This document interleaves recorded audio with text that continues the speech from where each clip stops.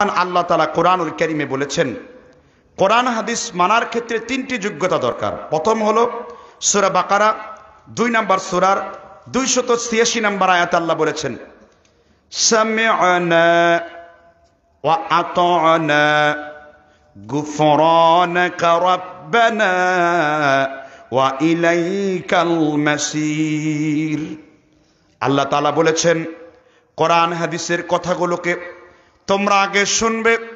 আল্লাহ রাব্বুল আলামিন দ্বিতীয়ত বলেছেন, কোরআন হাদিসের কথাগুলোকে তারপর তোমরা মানবে। শোনার পরে যদি মানার চেষ্টা করো, গুফরানাকা রাব্বানা ওয়া ইলাইকাল মাসির, তোমরা কোরআন হাদিসের কথাগুলো শুনেছো আর মানার জন্য চেষ্টা করেছো, আল্লাহ রাব্বুল আলামিন বলেছেন, আমি আল্লাহ তোমাদের গুনাহগুলোকে ক্ষমা করে দিলাম। শুনেছেন আর মেনেছেন, মানার জন্য চেষ্টা করেছেন, আল্লাহর ওয়াদা হলো তিনি গুনাহগুলোকে কি করে দেবেন? ক্ষমা করে দেবেন। আর যখন কোনো জায়গায় কোরআন পড়া হবে আর বাইরে যারা হই হুল্লোড় করবে, কোরআন পড়ার সময় নিজের মনকে অন্যদিকে ডাইভার্ট করা, এটা কুফরি সমতুল্য গুনাহ। আল্লাহর নির্দেশ হলো সূরাতুল আরাফ এর 204 নম্বর আয়াতে আল্লাহ বলেছেন, ওয়া ইযা কুনিআল কুরআন, যখনই তোমার সামনে পড়া হবে আল্লাহর কোরআন। আংসিতুর ব্যাখ্যা মুফাসসির কেরাম লিখেছেন, নাহাও আনিল কালাম, তোমরা তোমাদের কথাগুলোকে বন্ধ করে দাও। তোমরা যদি কোরআনুল কারীম আল্লাহর নবীর হাদিসগুলো পড়ার সময় কথাগুলোকে বন্ধ করতে পারো আর কোরআন তেলাওয়াতগুলো ভালো করে শুনতে পারো, লাআল্লাকুম তুরহামুন, আশা করা যায় তোমরা আল্লাহর পক্ষ থেকে রহমত এবং কল্যাণ তোমরা লাভ করতে পারবা। তাহলে কোরআনের এই আয়াত অনুযায়ী কোরআন পড়ার সময় কথাবার্তা বলা এবং চিৎকার চেঁচামেচি করা, এটা গুনাহ না সওয়াবের কাম? কুফরি তুল্য গুনাহ। কারণ কি? কোরআন শুনলে একজন পাপী ব্যক্তিরও ঈমান বেড়ে যায়। সুবহানাল্লাহ। আল্লাহ সূরা আনফালের 2 নম্বর আয়াতে বলেছেন, ইন্নামাল মুমিনুনাল্লাযীনা ইযা যুকিরাল্লাহ ওয়াজিলাত কুলুবুহুম ওয়া ইযা তুলিয়াত আলাইহিম আয়াতুহু যাদাতুহুম ঈমান। আল্লাহ তাআলা বলেছেন, যখনই একজন ঈমানদারের সামনে আল্লাহ রাব্বুল আলামিনের নাম উচ্চারণ করা হয়, ঈমানদারের অন্তরটা আল্লাহর ভয়ে কেঁপে ওঠে। আর যখনই তারা আল্লাহর কোরআন থেকে তেলাওয়াত শুরু করে দেয়, আমি আল্লাহ তাআলা তাদের ঈমানকে বাড়ায়া দেই।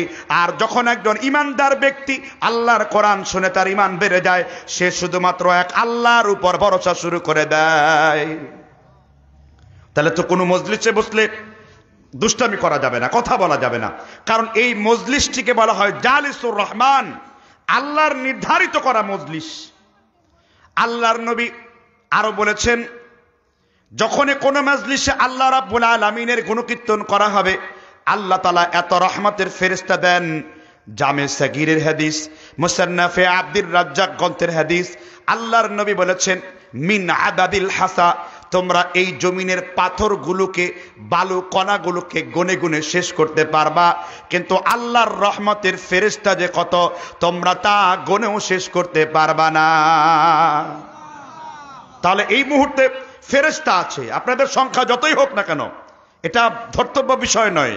ধর্তব্য বিষয় হলো কয়জন লোক এই বক্তব্যটা বুঝতে পারলো। ঠিক না? ঠিক। জি, তাহলে আমরা আমাদের মূল আলোচনায় যাই। কথা হবে না যতক্ষণ পর্যন্ত কোরআন হাদিসের কথা হবে, প্রত্যেকটি কথা দলিল সহকারে বলা হবে। আপনার নড়াচড়া করার কোনো সুযোগ নাই, আপনার মেনে নেওয়া ছাড়া কোনো গতান্তর নেই। কথা ঠিক না? ঠিক। তাহলে আমরা আলোচনা শুরু করছি, কেউ ডিস্টার্ব করবেন না। ঠিক কিনা বলেন? তাহলে সকলে বলেন, আউযু বিল্লাহি মিনাশ শাইতানির রাজিম, বিসমিল্লাহির রহমানির রহিম, হুয়াল্লাযী আরসালা রাসূলাহু বিল হুদা ওয়া দীনিল হক।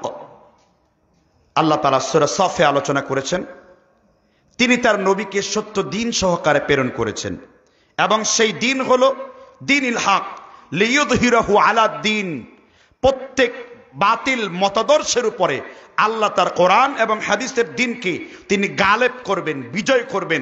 সমগ্র দ্বীনে বাতিলের উপরে তিনি দ্বীনে হককে অবশ্যই বিজয় দান করবেন। পৃথিবীতে আল্লাহর এই দ্বীনের মধ্যে হক দল পৃথিবীতে কয়টি? একটি। এটা সবাই বলে।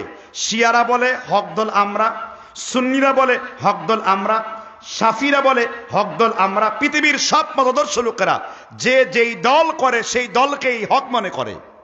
এটা আমাদের নীতি, ঠিক না ঠিক?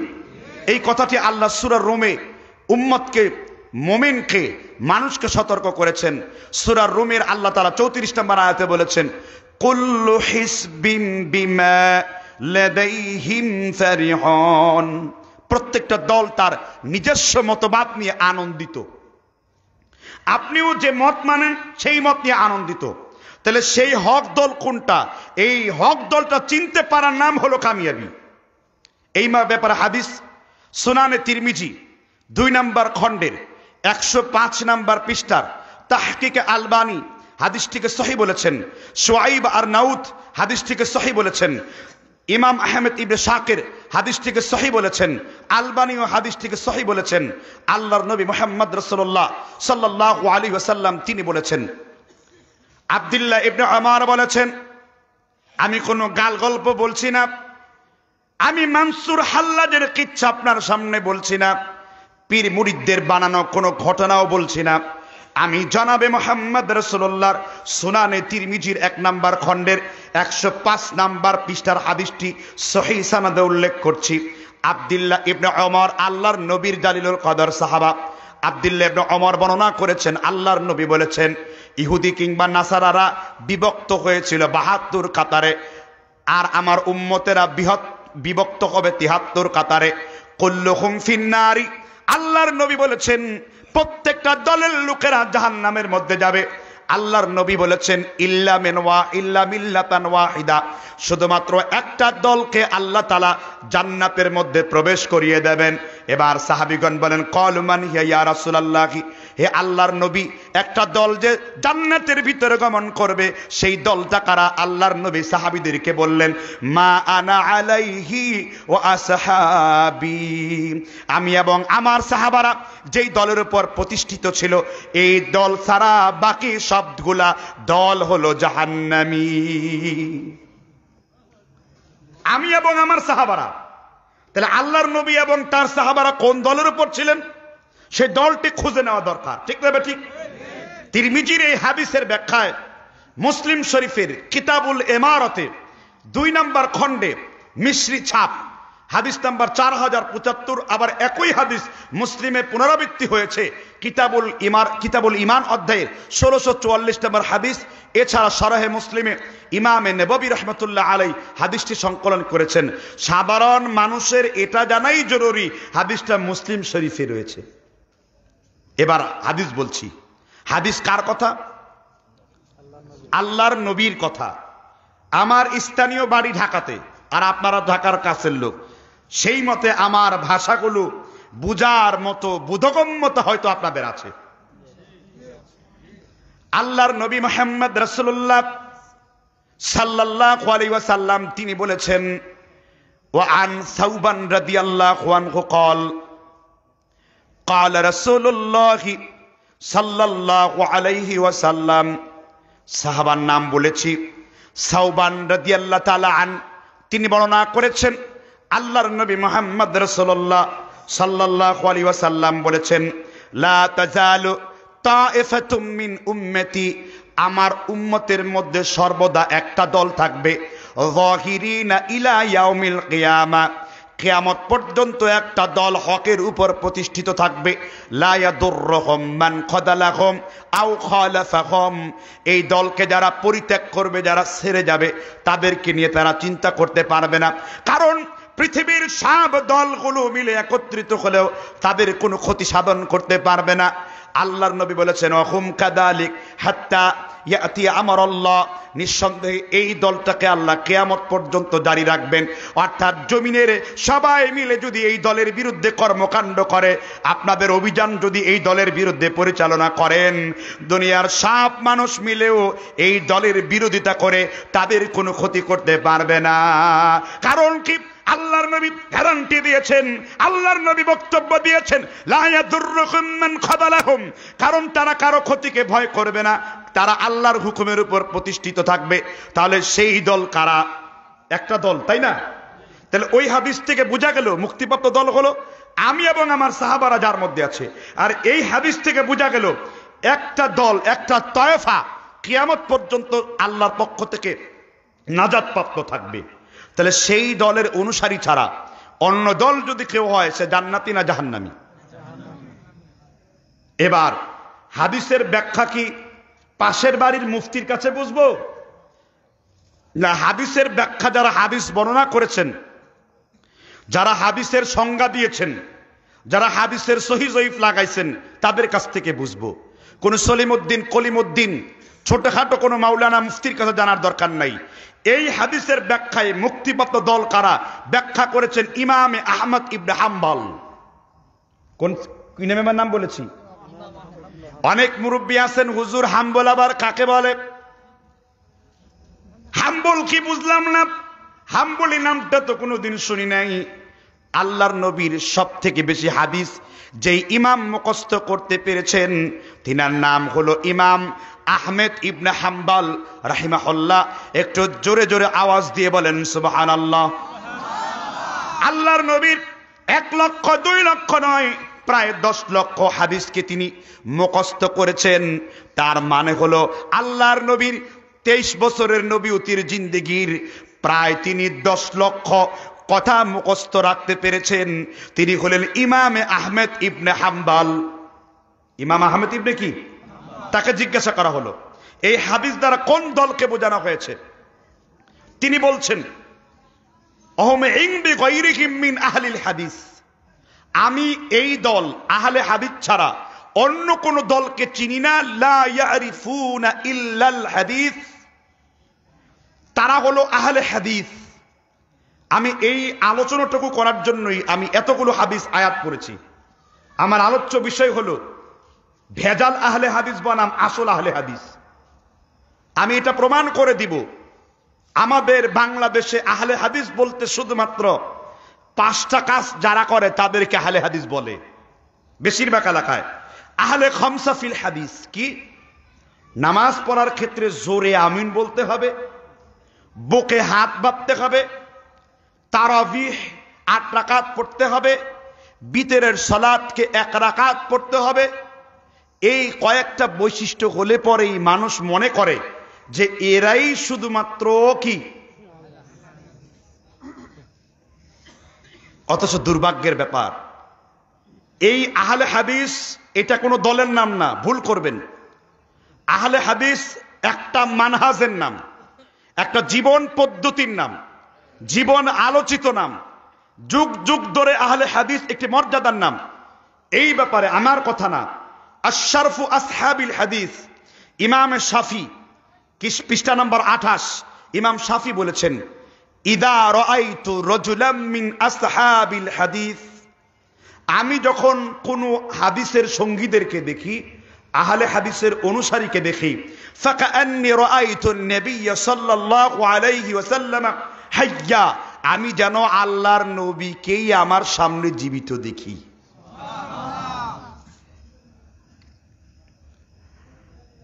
তাহলে আমি যখন কোন আহলে হাদিসকে দেখি, আমার সামনে কাকে জীবিত দেখি?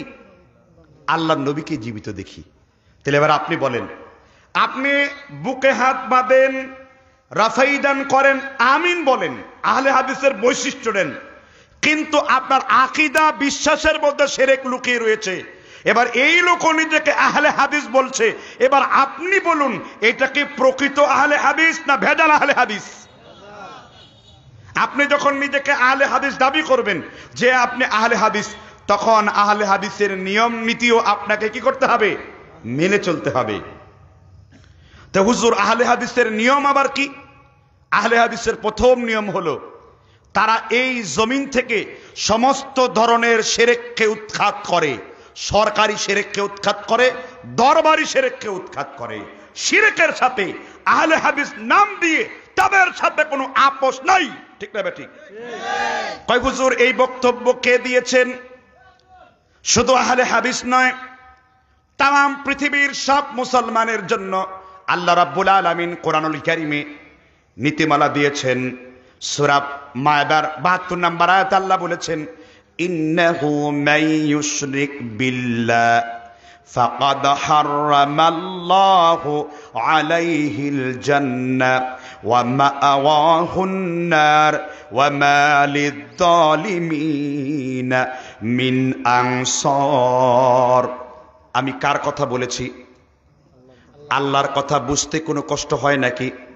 আল্লাহ তাআলা বলেছেন যে যেই ব্যক্তি কিনা আল্লাহর সাথে বিন্দু পরিমাণ শিরিক করবে, আল্লাহ তাআলা তার জন্য জান্নাতকে হারাম করে দেবেন, আর জাহান্নাম তার জন্য স্থায়ী ঠিকানা।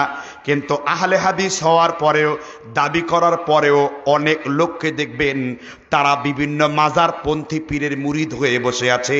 আমার মনে হয় আপনার এলাকায় এইরকম লোক বোধহয় খুঁজে পাওয়া যাবে না। আমি কিন্তু কাউকে চিনি না। আমি বলতে চাই, যদি আহলে হাদিস তুমি দাবি করো, কোন প্রকার শিরকের সাথে তোমার কোনো সম্পর্ক নাই। আল্লাহর নবী বক্তব্য দিয়েছেন। আল্লাহর নবীর জালিলুল কদর সাহাবা আব্দুল্লাহ ইবনে মাসউদ রাদিয়াল্লাহু তাআলা আনহু তিনি বললেন, ইয়া রাসূলুল্লাহ, আল্লাহর নবীকে জিজ্ঞাসা করলেন ইসলামের মধ্যে আইয়ুয যামবি ইনদাল্লাহ, আল্লাহর কাছে সবথেকে বড় গুনাহ কোনটি? আল্লাহর নবী ইবনে মাসউদকে বললেন আশরিকে বিল্লাহ, আল্লাহর সাথে সবথেকে বড় গুনাহ হলো আল্লাহর সাথে শিরকে লিপ্ত হওয়া। আল্লাহর নবী আব্দুল্লাহ ইবনে মাসউদকে বক্তব্য করে শোনালেন। বুখারী শরীফের ১ নম্বর খণ্ডের ৮ নম্বর পৃষ্ঠার ৮৮ নম্বর হাদিসটি বলে ফেলেছি।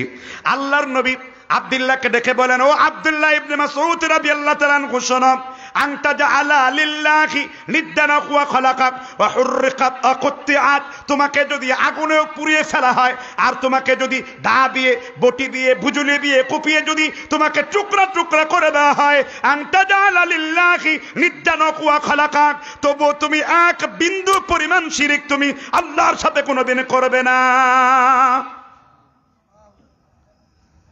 আনতা জাআলা লিল্লাহ নিদ্দান ওয়া খালাকাক, তোমাকে যদি দা, বটি, ভুজুলি দিয়ে কুপিয়ে শেষ করে দেওয়া হয়, ওয়া হুররিকাত আগুনে পুড়িয়ে যদি তোমাকে ভস্ম করে দেওয়া হয়, তবুও তুমি কার সাথে শিরকে লিপ্ত হবে না।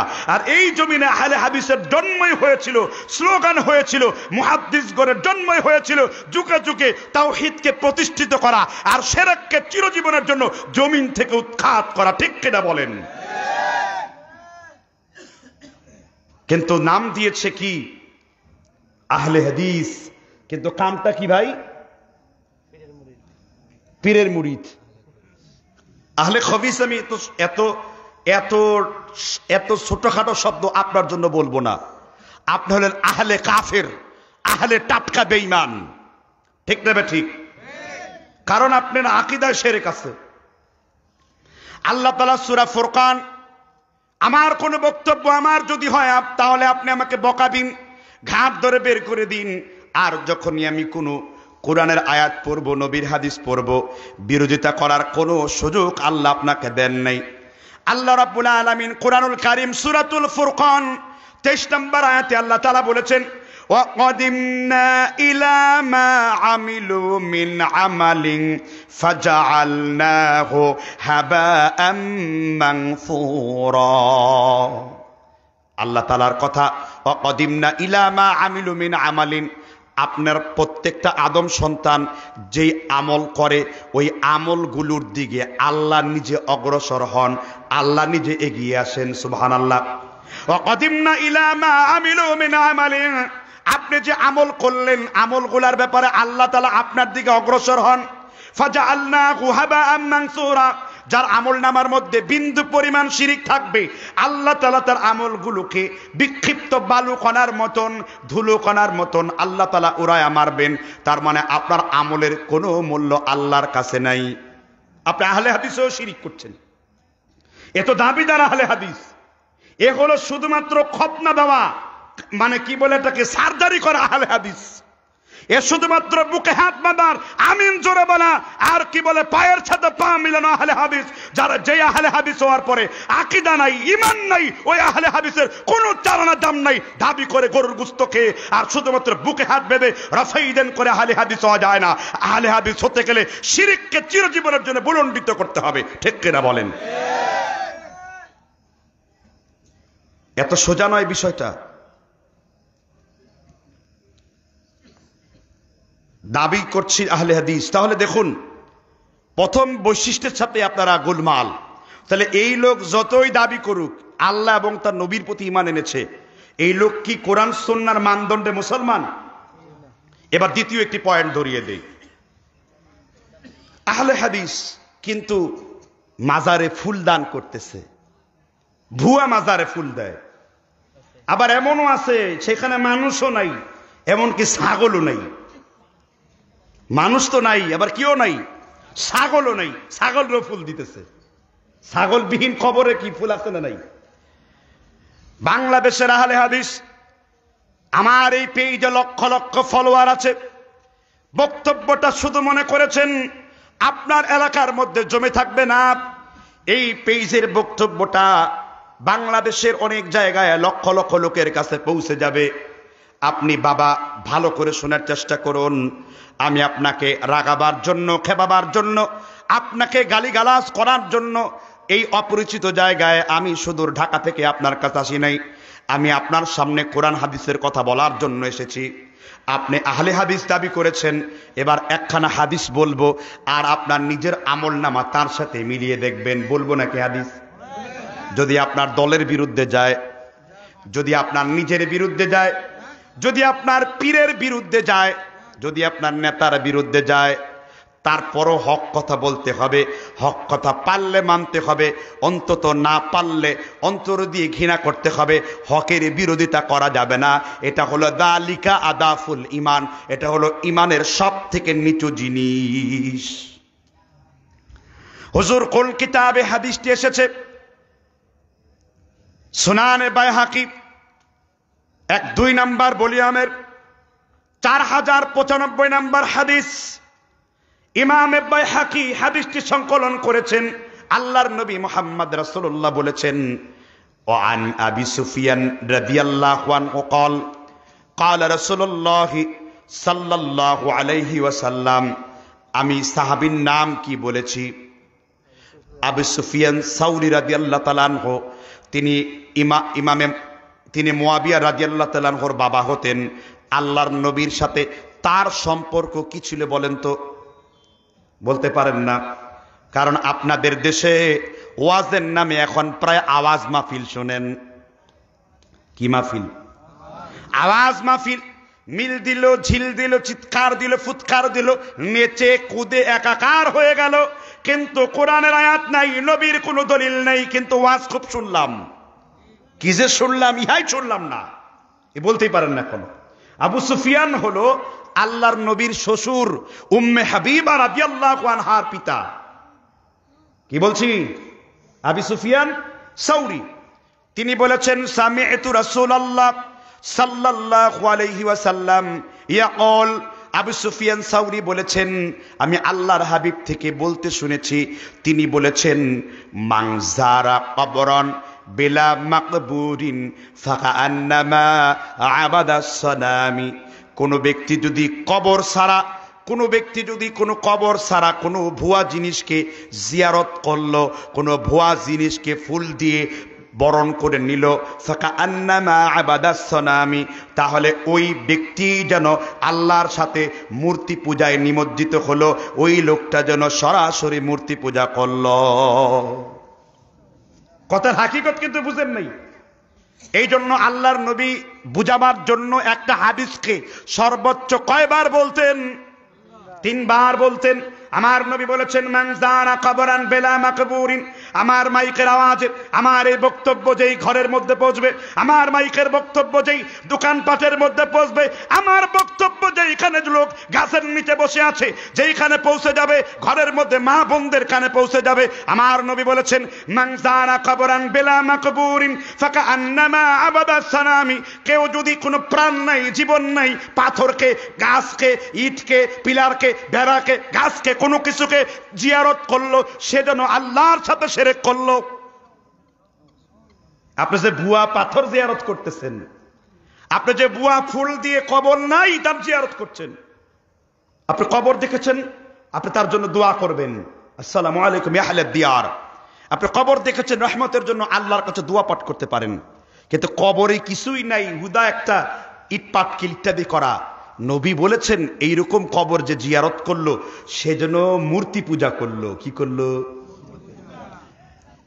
প্রথম কথা হলো, আমি বলি নাই, ইমাম বাইহাকি 4296 নম্বর হাদিস 2 নম্বর খণ্ডে সহিহ সনদে বলেছেন মুহাম্মদ সাল্লাল্লাহু। এখন এই কথার যে বিরোধিতা করবে সে আল্লাহর দুশমন, নবীর দুশমন, আহলে হাদিসের দুশমন, সে আহলে ইবলিস। কোন সন্দেহ আছে? আপনি তখন কাউন্টার দিবেন যখন আমি গল্প বলবো, কিন্তু আপনি তো এখানে কাউন্টার দিতে পারবেন না, আপনি মানতে বাধ্য, যেহেতু আমি কার কথা বলেছি। আর আল্লাহর ওয়াজ হলো অকদ সাল্লাইতা ওয়া ইউসাল্লিমু তাসলিমা, যখনই আমার নবীর কথা তোমার সামনে বলা হবে, তোমার মাথাকে নত করে অন্ধভাবে নবীর কথাকে মেনে নেবে। এই কাজগুলো আপনাদের এলাকায় হয় না? কবর নাই, মাজার নাই, বিভিন্ন লোকের নামে ক খ গ গহ উম্মত বিবন ইত্যাদি ইত্যাদি এটসেট্রা কবর বানায়া তার জিয়ারত করেন। ঠিক না বে ঠিক? সারা রাত্র জিয়ারত করে কোনো লাভ হবে? উল্টো তো লাভ হলোই না, আহলে হাদিসগিরি টিকলো। তাহলে এই লোক মসজিদের সভাপতি হয়ে বুকে হাত বাঁধলে কি আর আমিন বললে কি, ওর পিছনে ওযু বের হওয়ার জন্য বায়ু বের হওয়ার দরকার নাই। বায়ু বের হওয়ার আগেই নাক কান আর যত ছিদ্রি আছে ঈমান ফুটফুস হয়ে বের হয়ে গেল। ঠিক কিনা বলেন? আপনি নিজেকে দাবি করছেন আমি কি আহলে হাদিস। এত সহজ বিষয় না আহলে হাদিস হওয়া। ইমাম ওসমান ইবনে আবি সায়বা, নাম কোনোদিন এগুলো শোনেন নাই। ইমাম বুখারীর উস্তাদ হলো আবি বকর ইবনে সায়বা। আবি বকর ইবনে সায়বার দাদার নাম হলো ওসমান ইবনে আবি সায়বা। নাম শুনছেন তো? ওসমান ইবনে আবি সায়বা বলেছেন আহলে হাদিসের মর্যাদা সম্পর্কে, ইন্না ফাসিকাহুম গায়রিহিম আবিদিন, অন্য মাসলাকের, অন্য মাযহাবের, অন্য মতাদর্শের একজন আবেদ ইবাদতকারী ব্যক্তির চাইতে আহলে হাদিসের একজন পাপী ব্যক্তির মর্যাদা বেশি। তারা কোন আহলে হাদিস? বেনামাজি আহলে হাদিস, বেনামাজি নামাজ পরিত্যাগকারী আহলে হাদিস। আহলে হাদিস নাম দিয়েছে। এখন একটা প্রশ্ন চলে আসে আপনাদের মধ্যে, হুজুর আহলে হাদিস আর মুসলিম, আমরা মুসলিম বলে পরিচয় দেব না আহলে হাদিস বলে পরিচয় দেব? একটা সংশয় আমাদের মধ্যে আছে না? সামগ্রিকভাবে আমাদের পরিচয় আমরা সবাই মুসলিম, কোন সন্দেহ আছে? আচ্ছা, কেউ যদি বলে আল্লাহ তুমি আমাকে সুন্দর একটা সন্তান দাও, কোন গুনাহ সেই দোয়াতে? আর কেউ যদি বলে আমি রহমানের বান্দা, ও আমার রহমান আপনি আমাকে একটা সন্তান দেন, গুনাহ আছে? তার রহমান কার নাম? তা আল্লাহ বললেও ডাকলে আল্লাহ শুনেন। আর আল্লাহ বলেছেন লিল্লাহিল আসমাউল হুসনা, আমি আল্লাহর রয়েছে সুন্দর সুন্দর নাম, ফাদউহু বিহা, আর সেই সুন্দর নামে আমারে ডাকো। তাহলে আল্লাহকে আল্লাহ বললেও আল্লাহকে ডাকা হবে, আল্লাহকে রহমান বললেও কি আল্লাহকে কি ডাকা হবে। কোন মুসলমান মুসলিম বললেও মুসলমান অর্থ হবে। কোন মুসলমান যদি বৈশিষ্ট্যের কারণে, হাদিসের সহিহ জয়ীফের উপরে আমল করার কারণে, হাদিসকে জেনে বুঝে যাচাই করে মুহাদ্দিসের কৌল অনুযায়ী আমল করে সে যদি নিজেকে আহলে হাদিস বলে পরিচয় দেয়, এতে তার মুসলমান আর আহলে হাদিসের মধ্যে তো কোনো মত পার্থক্য হয় না। কারণ একটা জিনিসেরই দুইটা বৈশিষ্ট্যগত নাম থাকতেই পারে। একজন ডাক্তার এখানে আসলো, ধরেন আব্দুর রহমান, তাকে আপনি কি বলবেন? আব্দুর রহমান বলবেন না? তার পরিচয় কি? একজন ডাক্তার দেখলে তাকে যেমন ডাক্তার বলেন, একজন উকিল দেখলে যেমন তাকে উকিল বলেন, একজন পীরকে দেখলে যেমন আপনারা তাকে পীর বলেন, তদ্রূপ একজন হাদিসওয়ালাকে দেখলে আপনারা কি বলেন? মুহাদ্দিস বলেন। আর মুহাদ্দিসের সমগ্র মুহাদ্দিসিনের জামাতকে কি বলা হয়? আমার বক্তব্য যাকে আপনারা বড় পীর বানিয়েছেন ইমামে আব্দুল কাদের জিলানী রাহমাতুল্লাহ আলাইহি, তাকে যখন এই হাদিসের ব্যাখ্যা বলা হলো মুক্তিপ্রাপ্ত দল কারা, ইমামে আব্দুল কাদের জিলানী বললেন ইল্লা ইসমুন ওয়াহিদা, আমার কাছে মুক্তিপ্রাপ্ত দল একটি দলকে মনে হয়েছে, অহুম আহলুল হাদিস, তারা হলো আহলে হাদিস। কেন কি? কারণ তারা আহলে হাদিস ওয়াল্লাযীনা ইয়াতাআহাদুনা মাযাহিবার রাসূল ওয়া ইয়াযুব্বুনা আনিল ইলমি, তারা আল্লাহর নবীর মত ছাড়া, সাহাবীদের পথ ছাড়া, তাবেঈ তাবে তাবাইন সলফে সালিহিনদের ব্যাখ্যা ছাড়া অন্য কোনো ব্যাখ্যাকে তারা মানে না। ইমামে আব্দুল কাদের জিলানীর নিকটে মুক্তিপ্রাপ্ত দলের নাম হলো কি? হুজুর কোন জায়গায় আছে? খোলেন কিতাবুল গুনিয়া, বাংলা হয়েছে গুনিয়াত তালিবিন, কিতাবুল গুনিয়া মিসরি ছাপ 1 নম্বর ভলিউম 66 নম্বর পৃষ্ঠা, ভৈরুতের ছাপ 1 নম্বর ভলিউম 77 নম্বর পৃষ্ঠায় ইমামে মহিউদ্দিন আব্দুল কাদের জিলানী, তিনি হলেন মাসলাকে আহলে হাদিস। আর তারে বানাইছে কি বাংলাদেশে? পীরে পীরানি পীর হাজত রওয়া মুশকিলে কোশা ফানায়ে মিল্লা বকায়া বিল্লা মুজাদ্দেদে জামান কুতুবে দাওরান শাহ সুফি পীরে খোদা হক্কানি গায়ে আমার সুলকানি পীরে খোদা কুতকুতানি মাহবুবে সুবহানি। কত বড় নাম বানায় দিয়েছে। আর বড় পীর বলছেন মুক্তিপ্রাপ্ত দল কারা? আহলে হাদিস। উনি আমাদের দলের লোক, আমরা বলতে পারি আমাদের বড় শাইখ শাইখুল কাবির, তোমরা দাবি করতে পারো না। যিনি মাজারের বিরুদ্ধে সংগ্রাম করে গেছেন, আর মাজারওয়ালারা তার নামে মাজার তৈরি করে মাজার পূজায় লিপ্ত আছে। জোরে বলেন ঠিক কিনা বলেন? যিনি শবে বরাতের হালুয়ার বিরুদ্ধে সংগ্রাম করে গেছেন, হালুয়া দিয়ে তার কিতাবের নামে শবে বরাতের নামাজ চালু করেছে। জোরে বলেন ঠিক কিনা বলেন? যিনি তার প্রতিটি জীবনের সংগ্রাম নবীর সুন্নাতের উপর করে গেছে, ইসলামের হুজ্জাতের উপর করে গেছে, তাকে বানানো হয়েছে বড় পীর, পীরানে পীর। আবার গাউসুল আজম আছে না নাই? হুজুর খুব বিরোধিতা করছে না? আমি তো তার লিখিত কিতাবের আরবি বলেছি, কিতাবের নাম বলেছি, পৃষ্ঠা নাম্বার বলেছি, কিন্তু আপনি যদি না মানেন আমি তো জোর করে আপনাকে মানাইতে পারবো না। ভক্তি যেখানে অন্ধ, কোরআন হাদিস বন্ধ, যুক্তি যেখানে অচল, মাগার লাঠি সেইখানে সচল। ঠিক না ঠিক? এজন্য সম্মানিত যুব সমাজ, এ এলাকার মুরব্বীগণকে বলছি, আহলে হাদিস কোন দলের নাম নয়, এটা মুহাদ্দিসদের একটি পরিভাষার নাম। ইমাম আবু দাউদ নাম শুনেছেন তো? কোন কিতাব যেন লিখেছে? সুনানে আবু দাউদ শরীফ পড়ছেন না? এটা আমাদের দেশের কোন এক মাযহাবের লোকেরা বলে সিহা সেত্তা, আর আমরা বলি কুতুবে সেত্তা। যেহেতু ইমামে আবু দাউদ দঈফ হাদিস বর্ণনা করেছেন, তিরমিজিতে দুর্বল হাদিস বর্ণনা করেছেন, তারা নিজেরা এটাকে সিহা সেত্তা বলেন নাই। 6টা প্রসিদ্ধ কিতাব। 6টা কি? পৃথিবীতে সর্বপ্রথম হাদিসের কিতাব কোনটি? একজন বললেন বুখারী, টুপিওয়ালা আর দাড়িওয়ালা জুব্বাওয়ালা নাই। পৃথিবীতে সর্বপ্রথম হাদিসের কিতাবের নাম হলো মুয়াত্তা মালিক, ইমাম মালিকের লেখা কিতাব। ওই যে ইলম অর্জন করার জন্য এইখানে এসেছেন, তাই না? তাহলে আহলে হাদিসের, প্রকৃত আহলে হাদিসের বৈশিষ্ট্য হলো যে তারা শিরকের সাথে একত্রিত হবে না। দ্বিতীয়, প্রকৃত আহলে হাদিস এবং বেদার আহলে হাদিস কাকে চিনবেন? প্রকৃত আহলে হাদিসের লোকেরা যার তার বক্তব্য শুনবে না, যার তার কাছ থেকে দিন নিবে না। একজন বলল আর তার কাছ থেকে নিবে না।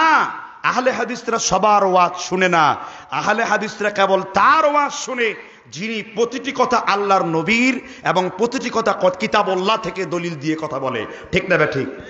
হুজুর এই যে কথাটা বলছেন, এর দলিল কোথায়? ভাইজান, তুমি মুসলিম শরীফ তোমার মাদ্রাসায় পড়ো, তুমি মুসলিম জিলদে আউয়াল 1 নম্বর ভলিউমের 7 নম্বর পৃষ্ঠায় হাসিয়ার নিচের ডান দিকের লাইনে যাও। ইমাম ইবনে সিরিন তাবেঈ ছিলেন, সাহাবীদের ছাত্র। তিনি বলেছেন, ইন্না হাদা ইলমা দীনুন ফানজুরু আম্মান তাআখুযুনা দীনাকুম। তোমরা দ্বীনের অংশ, দ্বীনের জ্ঞান কার কাছ থেকে নিচ্ছ? তুমি সেই হুজুরকে খেয়াল করো, তোমার হুজুর কোন জায়গা থেকে দ্বীন নিতেছে। আহলে হাদিসগণের অন্যতম একটি বৈশিষ্ট্য হলো তারা মিথ্যা, বানোয়াট, গাল গল্প, ভণ্ড বক্তাদেরকে তারা সম্পূর্ণরূপে বর্জন করে চলে। কারণ তারা শুধু শুনতে চায় কিতাবুল্লাহ, আর তারা শুধু শুনতে চায় নবী মুহাম্মদ রাসূলুল্লাহর হাদিস সুন্নাহ, তার বাইরে তারা যেতে চায় না। ঠিক না ব্যাঠিক জুড়ে বলেন? কিন্তু তথাপি আপনাদের এলাকায় 26টি মসজিদ হওয়ার পরেও নিজেদের মধ্যে অন্তদ্বন্দ্ব, জমিয়ত আন্দোলনকে দেখতে পারে না, আন্দোলন জমিয়তকে দেখতে পারে না, সুবহান জমিয়তকে দেখতে পারে না, এক একজনকে দেখতে পারে না। এত ভেদাভেদ কেন? আর আমি বলতে চাই আব্দুল্লাহ ইবনে মাসউদ রাদিয়াল্লাহু তাআলা আনহুর কথা, আল জামাআতু মা ওয়াফাকাল হক ইন কুনতা ওয়াহদাক। এই জমিনের কোন মানুষ যদি আল্লাহর কিতাবুল্লাহ, নবীর বিশুদ্ধ হাদিস মেনে চলে, সে আরবি হোক, ইরানি হোক, তুরানি হোক, হিন্দুস্তানি হোক, ইবনে মাসউদ বলেছেন পৃথিবীর যেখানেই থাকুক না কেন, যে আল্লাহর কিতাব নবীর সুন্নাত মতো চলে, সে তোমাদের আল জামাআ, তোমাদের দলেরই অন্তর্ভুক্ত লোক। বলেন সুবহানাল্লাহ। নিজেদের মধ্যে বিভাজন তৈরি করব না। নিজেদের প্রোগ্রামে অন্তত মানহাজে সালাফি যারা রয়েছেন তারা বিশুদ্ধভাবে চেষ্টা করেন জমিয়তে আহলে হাদিসের লক্ষ্য উদ্দেশ্য আর আহলে হাদিস আন্দোলনের লক্ষ্য উদ্দেশ্য, জামায়াতে আহলে হাদিসের লক্ষ্য উদ্দেশ্য, সালাফি মানহাজের যে কোনো আলেমের লক্ষ্য উদ্দেশ্য একটি, যারা খুলুসিয়তের সাথে এক আল্লাহর জন্য এই জমিনে কাজ করে তাদের লক্ষ্য উদ্দেশ্য একটি, এই জমিনের প্রতিটি আওয়াজে কোনায় কোনায় যেখানে শিরিক আছে সেখানে আহলে হাদিস আন্দোলন আছে, যেখানে বিদআত আছে সেখানে আহলে হাদিস আন্দোলন আছে, যেখানে নিফাকি আছে সেখানে আহলে হাদিস আন্দোলন আছে, যেখানে তাবিজ আছে সেখানে আহলে হাদিস আন্দোলন আছে, যেখানে দুর্গা বাবা, দরকা বাবা, ল্যাংটা বাবা আছে সেখানে আহলে হাদিস আন্দোলন আছে, যেখানে বিদআত আছে সেখানে আহলে হাদিস আন্দোলন আছে। সুন্নতের সাথে বিদআতের বিরুদ্ধে সুন্নতকে সামনে দিয়ে তারাক্তুকুম আলাল বাইদাই কালাইলুহা কানহারিহা ওয়ালা ইয়াজিগু আলাই বাদ ইল্লা হালিক। নবী বলেছেন সুন্নত হলো ডিমের মতো উজ্জ্বল, ডিম যেমন রাতের বেলায় উজ্জ্বল, ডিম তেমন দিনের বেলায় উজ্জ্বল। এই জন্য প্রকৃত আহলে হাদিস হওয়ার চেষ্টা করেন। এটার নামই তো আহলে হাদিস আন্দোলন, এটার নামই হলো সুবহানে আহলে হাদিস। ঠিক কিনা বলেন? কিন্তু আমরা আপনারা কোন আকীদায় বিশ্বাস করছি? নিজেদের পরিচয় ভুলে গিয়ে আমরা এখন অন্যদের পরিচয়ে বড় হচ্ছি। ইমাম তাইমিয়া আহলে হাদিস ছিলেন, তিনি তাতারদের বিরুদ্ধে সংগ্রাম করেছেন, মুতাজালাদের বিরুদ্ধে সংগ্রাম করেছেন। ইমাম ইবনে তাইমিয়া বলেছেন যুগে যুগে ইসলামকে ধ্বংস করেছে নিসফুল উলামা নিসফুল ফাকিহ ও নিসফুত তাবিব, অর্ধ আলেম, অর্ধ ডাক্তার এবং অর্ধ ফকিহগণ ইসলামকে ধ্বংস করেছে। তাকে এমন অত্যাচার করেছে কোন কোন ইতিহাসে পাওয়া যায় তার লজ্জাস্থান কেটে কেটে সেখানে লবণ ভরে পর্যন্ত দেওয়া হয়েছে। তবু তিনি আন্দোলন থামান নাই। আহলে হাদিস আন্দোলন, আহলে হাদিস এটা কোনো ব্যক্তির দলগত বিষয় নয়, এটা একটা সমগ্র উম্মতের বৈশিষ্ট্যগত একটি বৈশিষ্ট্য। একজন আহলে হাদিস নাম দিয়ে আপনি তাগুদের ধর্ণা ধরবেন, শরীয়ত আপনাকে আহলে হাদিস বলে রায় দেয় না। আহলে হাদিস নাম দিয়ে আপনি তৌহিদের কাছে ধর্ণা ধরবেন, এক আল্লাহর সাথে ওয়াহদানিয়াতের সাথে কোন ইজমকে আপনি মানবেন না। কোন মানুষের তৈরি করা আব্রাহাম লিঙ্কনের ইজম হোক আর অমুকের তৈরি করা ইজম হোক, আমাদের ইজম একটি, কোরআন আর সুন্নাহ। ঠিক না ব্যাটি? আল্লাহ তাআলা আমাদের বুঝবার তৌফিক দান করুন। আহলে হাদিসদের অন্যতম একটি বৈশিষ্ট্য হলো তারা কেবল বিশুদ্ধ কোরআন চর্চার মানহাজের লোকদেরকে অনুসরণ করে চলে। কেন বিশুদ্ধ অনুসরণ করব? আমরা এখানে ওয়াজ শুনতে বসছি, তাই না? আমাদের ওয়াজ মাহফিল হয়, আমাদের এক একজন বক্তা, ছোট বক্তাও যত পরিমাণ হাদিস কোরআন বলে, তাদের এমন বক্তা আছে সারা জীবনও সেটা বলতে পারে নাই। তারা বলতে আপনারা খুঁজবেন, তারা বলতে তারা হানাফি মাযহাব বলেনি মিথ্যা ওয়াজ করে ব্যবসা করার জন্য, হানাফি মাযহাব বলেনি জাল হাদিস প্রচার করার জন্য, হানাফি মাযহাব বলেনি শিরিক এবং বিদআতকে প্রতিষ্ঠিত করার জন্য, হানাফি মাযহাব বলেনি মানুষকে কুফরি প্রতিষ্ঠা করার জন্য। এই ব্যাপারে হানাফি মাযহাব একেবারেই মাসুম। তাহলে আপনারা কোন হানাফি? আপনারা আবু হানিফার হানাফি নন। যেমনি ভাবে আপনারা যারা সহিহ হাদিসের পথ পরিত্যাগ করে নিজেদের মতো করে পরিচয় দিতে পারেন না, ভাই তুমি এখানে হাত কেন বাঁধো? ভাই আমার বাপ বাঁধছে এই জন্য বাঁধি। আবার যদি বলে ভাই আপনি কি, গ্রাম বাংলা সহজ সরল মুরব্বীরা বলে অফাদানি, অফাদানি, আরো সুন্দর করে বলে রাফাদানি রাফাদানি, ঠিক না ঠিক? হায় রে মূর্খ আহলে হাদিস, কোথায় ছিল তোমার পরিচিতি, কোথায় ছিল তোমার সীমানা? মাগরিব के वादियों में गुदी अदन हमारी थमथा न था किसी से साया रवा हमारा। কোথায় সেই সূর্যবীর সৈনিক নওয়াব সিদ্দিক হাসান খান ভূপালী? কোথায় সেই সূর্য সৈনিক নওয়াব আব্দুল্লাহ মুহাদ্দিস দেহলভী, আব্দুর রহমান মুবারকপুরি? কোথায় সেই সফিউর রহমান মুবারকপুরি উত্তরসূরিরা? নিজেদের পরিচয় দিয়ে ভুলে গিয়ে এখন বলছেন নির্লজ্জের মতো আমি একজন রফাদানি। এর চাইতে নীচ, মূর্খ, গর্দভ আর গাধা দুনিয়া দ্বিতীয়টি হতে পারে না। ইমাম আবু দাউদ বলেছেন লাউলা হাযিহিল ইসাবাত লান দারাসাল ইসলাম ইয়ানি আসহাবাল হাদিস। এই জমিনে যদি হাদিসের চিন্তাবিদরা না থাকতো, হাদিসের যদি গবেষণা না থাকতো, এই জমিনে ইসলাম চিরজীবনের জন্য মিটে যেত। ইসলাম চিরজীবনের জন্য মিটে যেত। কারা না থাকলে? হাদিসের অনুসারীরা না থাকলে। কয় হুজুর হাদিসের দলিলের প্রয়োজন কি? আল্লাহ তাআলা তার নবীকে আমর করেছেন, আমরের সিগা ব্যবহার করেছেন। আল্লাহ তার নবীর মাধ্যমে তাম পৃথিবীর সব মানুষকে জানিয়ে দিয়েছেন।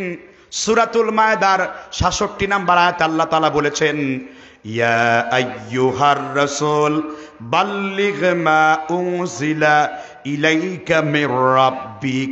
হে আল্লাহর নবী, আপনি কেবল আল্লাহর পক্ষ থেকে আপনার উপরে যা ওহী করা হয়েছে আপনি কেবল তার তাবলীগ করুন। এখন ওহী বলা হয় আল্লাহর কোরআনকে, আর ওহী বলা হয় নবীর হাদিসকে। আল্লাহর কোরআনকে বলা হয় ওহিয়ে মাতলু, আর নবীর হাদিসকে বলা হয় ওহিয়ে গায়রে মাতলু। একটু জোরে বলেন সুবহানাল্লাহ। আল্লাহ তাআলা তার নবীকে বললেন আপনি ওয়াজ করেন, আপনি তাবলীগ করেন। আমি আল্লাহ যা কোরআনে নাজিল করেছি, আমি আল্লাহ যা বিশুদ্ধ হাদিসের মাধ্যমে ওহী করেছি, আর আপনি কেবল শুনতে বসলেন। দলিল নাই, আওয়াজ নাই, শুধু সুরে বেলালি মিল দিল, জিল দিল, হুদা চিৎকার দিল, মিথ্যা হাদিস বলল। আপনারা অনুষ্ঠান আয়োজন করেছেন, আমি আপনাদেরকে পরামর্শ দেব, আমি আপনার এখানে মার্কেট পাওয়ার জন্য আপনি আবার নতুন করে আমাকে এখানে বক্তব্য দেবেন। আল্লাহর কসম এই বক্তব্য দেওয়ার জন্য এখানে আমি কথা বলছি না। কারণ কি জানেন নাকি? ফেসবুক এবং ইউটিউব হাফেজাহুল্লাহর কল্যাণে আল্লাহর রব্বুল আলামিন সহিহ আকীদার দাওয়াতগুলো পাহাড়ের গুহায় পৌঁছে দিয়েছেন, সহিহ আকীদার দাওয়াতগুলোকে জঙ্গলের ভিতরে পৌঁছে দিয়েছেন। কারণ তারা আমাদেরকে দাওয়াত দেবে এই জমিনে বিদআতকে মুক্ত করার জন্য। আমি কেবল বক্তব্য দিয়েছি আপনার সংশোধনের জন্য। আপনার ওয়াজ করে পুনরায় মার্কেট ধরে এই এলাকায় ওয়াজ করতে হবে। আল্লাহরকে সাক্ষী রেখে বলছি, আল্লাহর কসম এই নিয়তে আমি বক্তব্য দেই না। আমি দিচ্ছি আপনার এই সমাজটাকে সংশোধন করার জন্য। আমি দিচ্ছি ঘুমিয়ে থাকা আহলে হাদিসের সৈনিক শাবদুলদেরকে জেগে ওঠার জন্য, যে বিদআতের বিরুদ্ধে, শিরকের বিরুদ্ধে।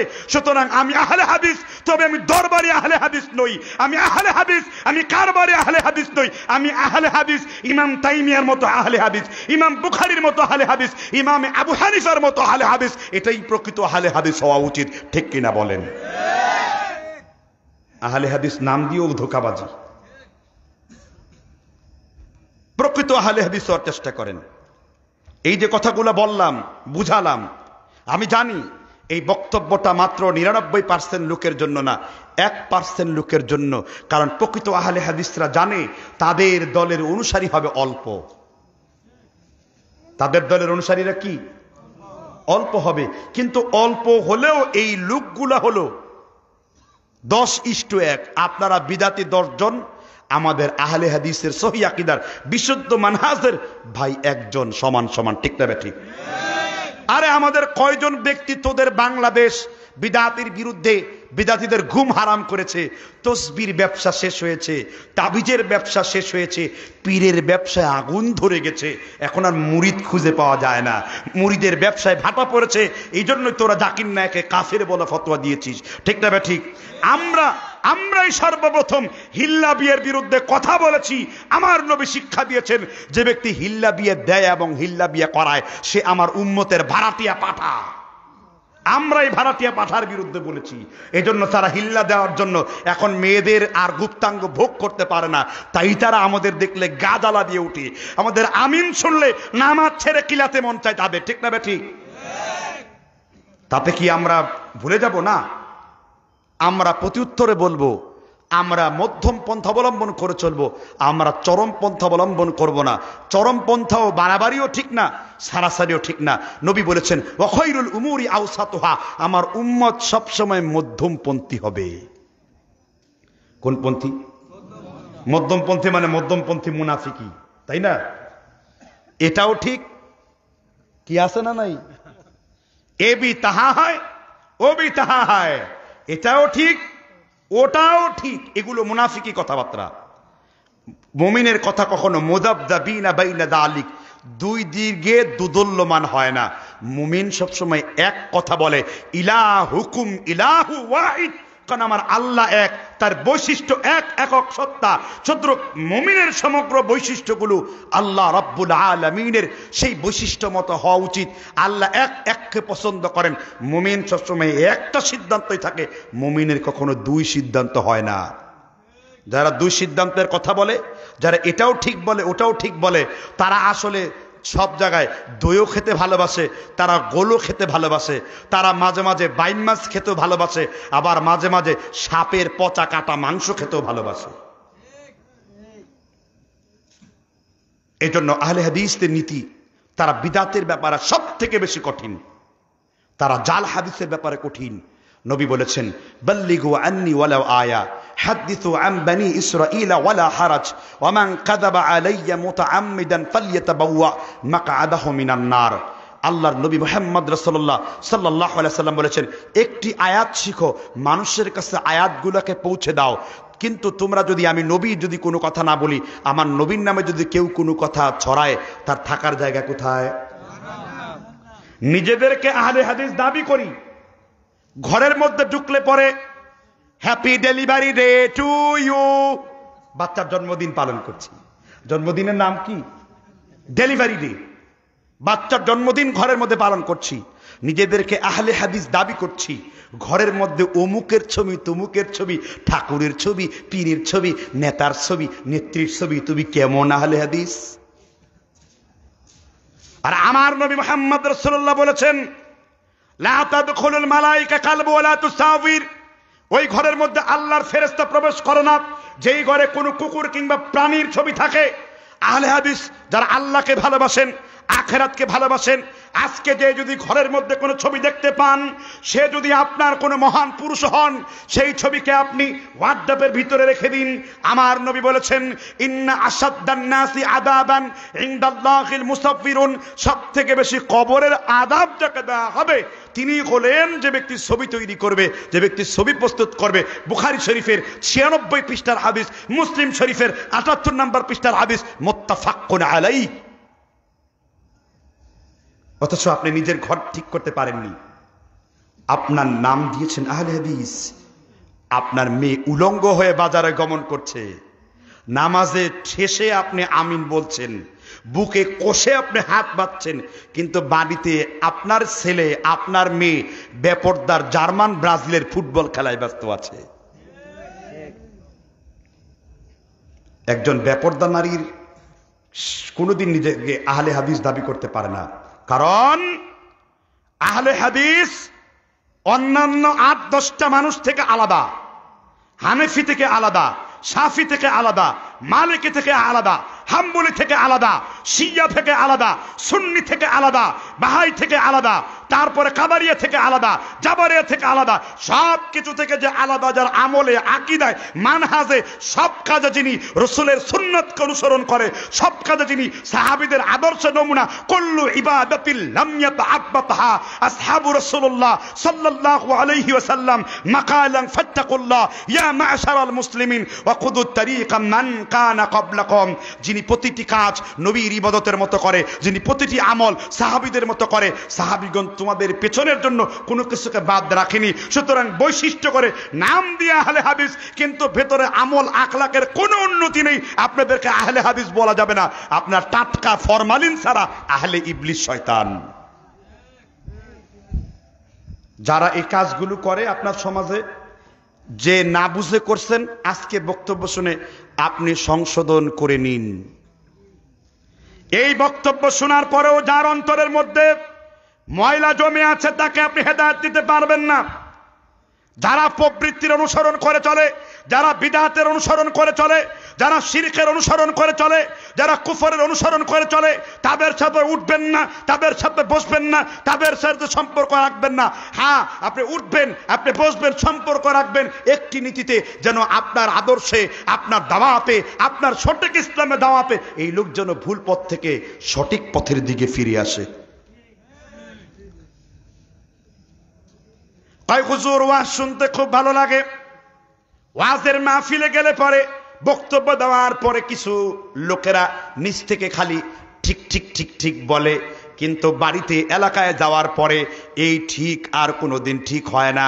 কারণ আল্লাহর নবী কিয়ামতের পূর্বে তিনি বলেছেন, আল্লাহর নবী বলেছেন কিয়ামতের পূর্বে এমন লোক বের হবে, ইয়াকরাউনাল কুরআন ওয়ালা ইউজাউযু হানাজিরাহুম, তাদের সামনে কোরআন পাঠ করা হবে, কোরআনটা তাদের কণ্ঠনালীর ভিতরে প্রবেশ করবে না।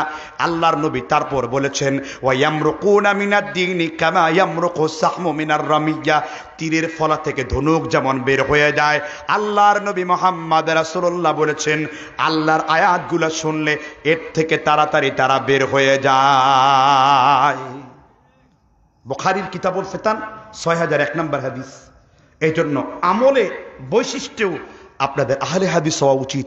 আপনাদের ঘরে থাকা উচিত। একজন লোক টাকটুন নিচে কাপড় পরে নিজেকে আহলে হাদিস বলছে, সিগারেট জর্দা গুল খেয়ে আহলে হাদিস দাবি করছে। আছে না আপনাদের সমাজে? আবার বাবা জর্দা, পান জর্দা, বিড়ি, সিগারেট, বাবার তো কথাই নাই। কথা কি বুঝতে পারছেন কিনা? আবার জুতার গাম ডান্ডি বানায়া পান করে, সেবন করে, আবার ঝাঁকি খায়, ঝাঁকি অনেকগুলো মিলায়া, আর কাশের সিরাপ ফেনার গান তো কোকের মতো সে খায় সারাদিন ঘুমাবার জন্য। ঠিক না? ঠিক। এর কারণ কি? তা অরিজিনালটা যদি পায়, বুড়িগঙ্গার বানানো বাবাকে অল্প দিনই শেষ। শোনা যায় বিয়ে করার কয়দিন পরে তার বউ তাকে ছেড়ে পালাইছে। জিজ্ঞেস করলাম কেন? কয় খাই তো বাবা, স্পিড একবারে শেষ হয়ে গেছে। কথা মনে বুঝেন নাই? আহলে হাদিস হওয়ার পরও সিগারেট ফুকেন। এবার নবী সাল্লাল্লাহু আলাইহি সাল্লামের হাদিস বলছি, আপনি নিজের জীবনকে পরিবর্তন করেন। 3.5 হাত বডির মধ্যে আল্লাহর নবীর দিন ইসলামকে ফিট করার চেষ্টা করেন। ওয়া দীনুল্লাযী জাআত বিহি, আল্লাহ এবং তার নবী যা করেছেন দিন অনুযায়ী সেটাই ইকামতে দিন। বলেছেন আব্দুল্লাহ ইবনে আব্বাস রাদিয়াল্লাহু তাআলা আনহু, আহলে হাদিস হওয়ার পর দুঃখিত আপনার ঘরটা বেপরদায় পরিণত হয়ে গেছে। আহলে হাদিস হওয়ার পর দুঃখিত আপনার ঘরে হ্যাপি বার্থডে ডেলিভারি হয়। আহলে হাদিস হওয়ার পর দুঃখিত আপনার ছেলেমেয়ের মুসলমানে দাওয়াত হয়। আহলে হাদিস হওয়ার পর দুঃখিত আপনার বাবার নামে কাঙ্গালি বোঝ, বাঙ্গালি বোঝ হয়। 40টা 3 দিন 48 42টা গোষ্ঠী শুদ্ধ হয়। এত বিরিয়ানি খেতে মনে চায় কেন? আপনি কি ফকির? আপনার পকেটে টাকা নাই? আরে মিয়া, বিরিয়ানিতে গরিব মানুষের জন্য যদি খাওয়ার আয়োজন করা হয়, এটা গরিবদের হক, আপনার মতো নেতার হক সেটা না। আপনি কি প্রমাণ করেছেন? আপনি গরিবের চাইতে আরো নিচ মিসকিন নাকি মিয়া?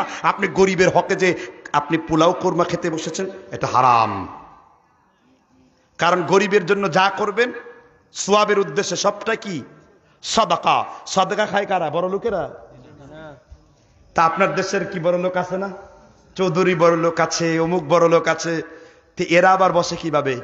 আবার বাকি নামাজের পরে মিষ্টি নিয়ে আসে।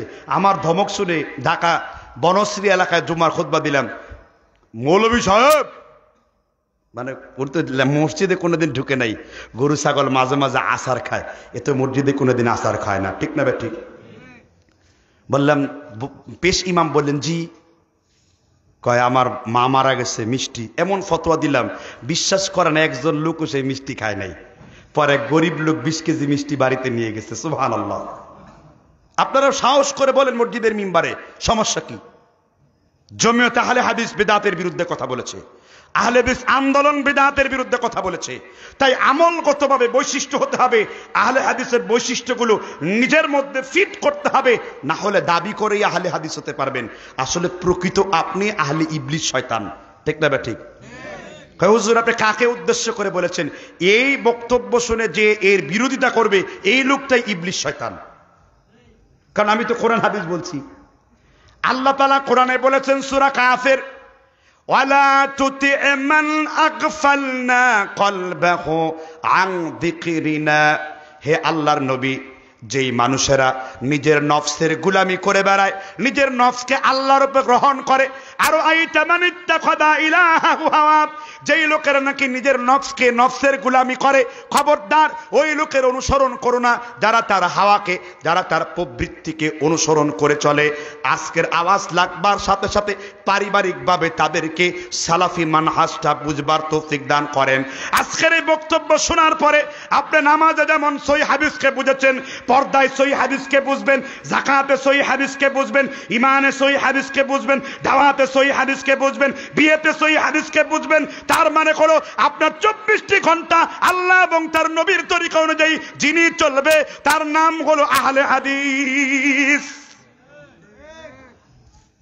আমলগত এই বৈশিষ্ট্য না আনতে পারলে আপনার বিপ্লব সৃষ্টি হবে না, নাকি বলেন?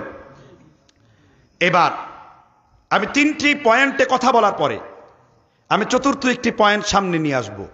এই যে আহলে হাদিসের যে পরিচিতি পরিব্যক্তিতে দিলাম, আহলে হাদিসের আকীদা কি? আমাদের অনেকেই বলে আহলে হাদিসরা আকীদায় বিভ্রান্ত।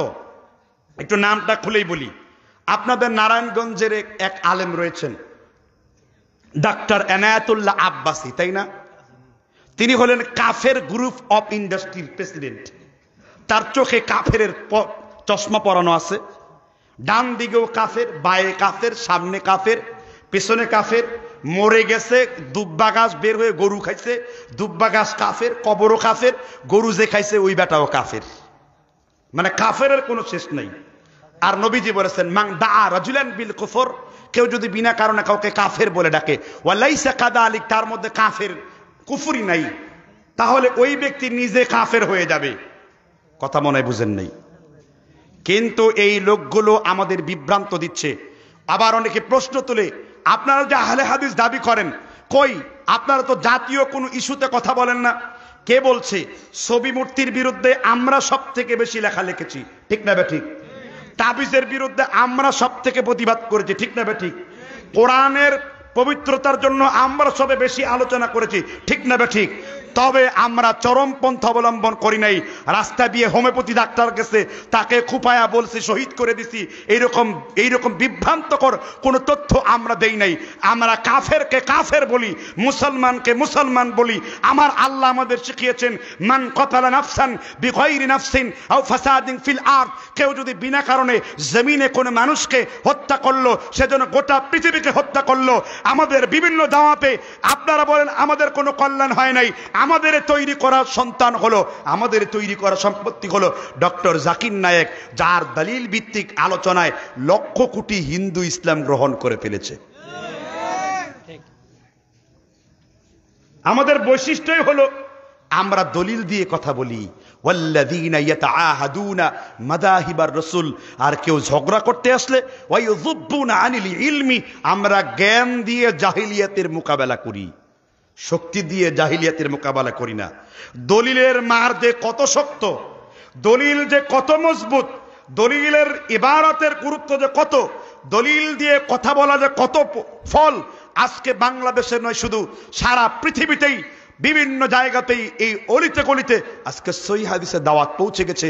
এটির একটি মাত্র উপযুক্ত কারণ হলো আমরা মানুষের সামনে দলিল উপস্থাপন করে কথা বলি।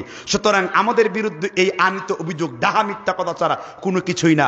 আবার বলে আমরা নাকি ব্রিটিশদের দালাল, বলেন আমাদের দেশে ইহুদিদের মদত পুষ্ট দালাল, এই ঢঙ্গে বলে। ইহুদিদের মদত পুষ্ট আলবানি আলেম হইল নাকি? আছে না নাই? এরা যে কোন পীরের চামুন্ডা, চামুন্ডায় জৈনপুরি, ঠিক না ঠিক? এই চামুন্ডায় জৈনপুরি বলে আলবানি কোন আলেম হইল নাকি? ভেঙ্গায় বলে আলবানি আলেম হইল নাকি? কয় কলম লেখাপড়া করেছেন আলবানিকে নিয়ে? আলবানিকে নিয়ে তো 2 কলম লেখাপড়া করতে পারেন নাই, এটা আপনার দারুণ ব্যর্থতা। যিনি প্রত্যেকটা উল্লেখযোগ্য হাদিসের গ্রন্থের তাহকিক তাখরিজ করেছেন তিনি নাসিরউদ্দিন কি আলবানি। ভাইজান, মুরগিকে ডিম পারতে দেখছেন কখনো? মুরগি যখন ডিম পারে সে পুরা এলাকা আওয়াজ দেয় না? কক্কর কক্কর করতেই থাকে, আমি ডিম পারুম, তাই না? আচ্ছা গরু যখন বাচ্চা দেয় তখন কি সে সারা এলাকা আওয়াজ দেয়? আচ্ছা মুরগি এত ডাকাডাকি করে ডিম পারে কতটুকু? এতটুকু। আর গরু এত ডাকাডাকি না করে বিরাট বড় একটা বাছুর পয়দা করে, ঠিক না ঠিক? তার মানে যে বেশি পুঁটি মাছের মতো নড়ে চড়ে তার ভেতরে আসলে কোনো কিছু নাই, খালি বাসন, খালি ফড়র ফড়র, ঠিক না ঠিক? ওই যে বলে না, খালি কলসি বাজে বেশি, ভরা কলসি বাজে না, তাই না? তো এই যে নাই তো ভিতরে খালি কলসি, খালি কাফের গ্রুপ অফ ইন্ডাস্ট্রি তসমা, কাফের কাফের কাফের কাফের, সকাল থেকে সন্ধ্যা পর্যন্ত কাফের। তুমি মিয়া সেই দিন চুপ করে 8 দিন কাফের থেকে একটু ভালো হইতে চেষ্টা করছো, কিন্তু এরই মধ্যে আবার তুমি গীবত শেখায়তে লিপ্ত হয়ে বিভিন্নভাবে তোমার মধ্যম পন্থা হারায় ফেলেছো। নারায়ণগঞ্জে বসেই কথা বলেছি, তার কিছু চেলা চামুন্ডা বাহাসের আমন্ত্রণ জানিয়েছে। ইনশাআল্লাহ এই মাহফিলের পরে ফেস দ্য পিপলের সাথে কথা হয়েছে, আমরা বসবো আমাদের এই বিষয়গুলো নিয়ে। প্রমাণ দিতে হবে আহলে হাদিসরা ইংরেজিদের দালাল।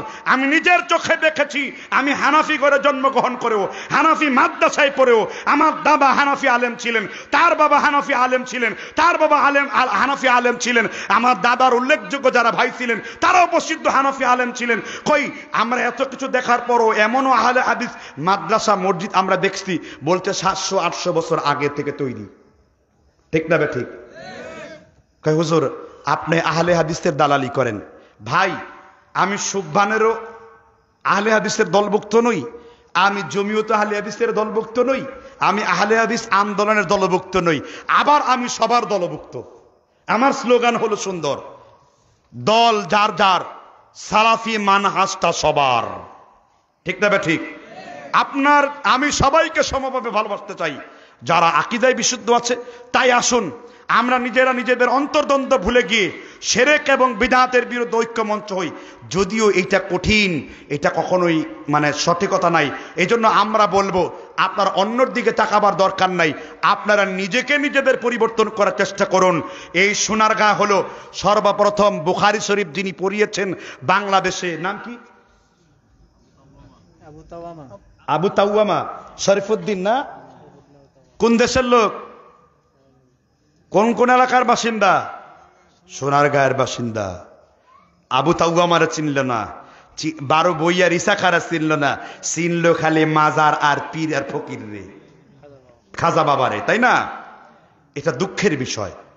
তাই সম্মানিত উপস্থিতি, বক্তব্য শেষের দিকে নিয়ে আসবো, অনেকক্ষণ বলে ফেলেছি তো কথা, তাই না?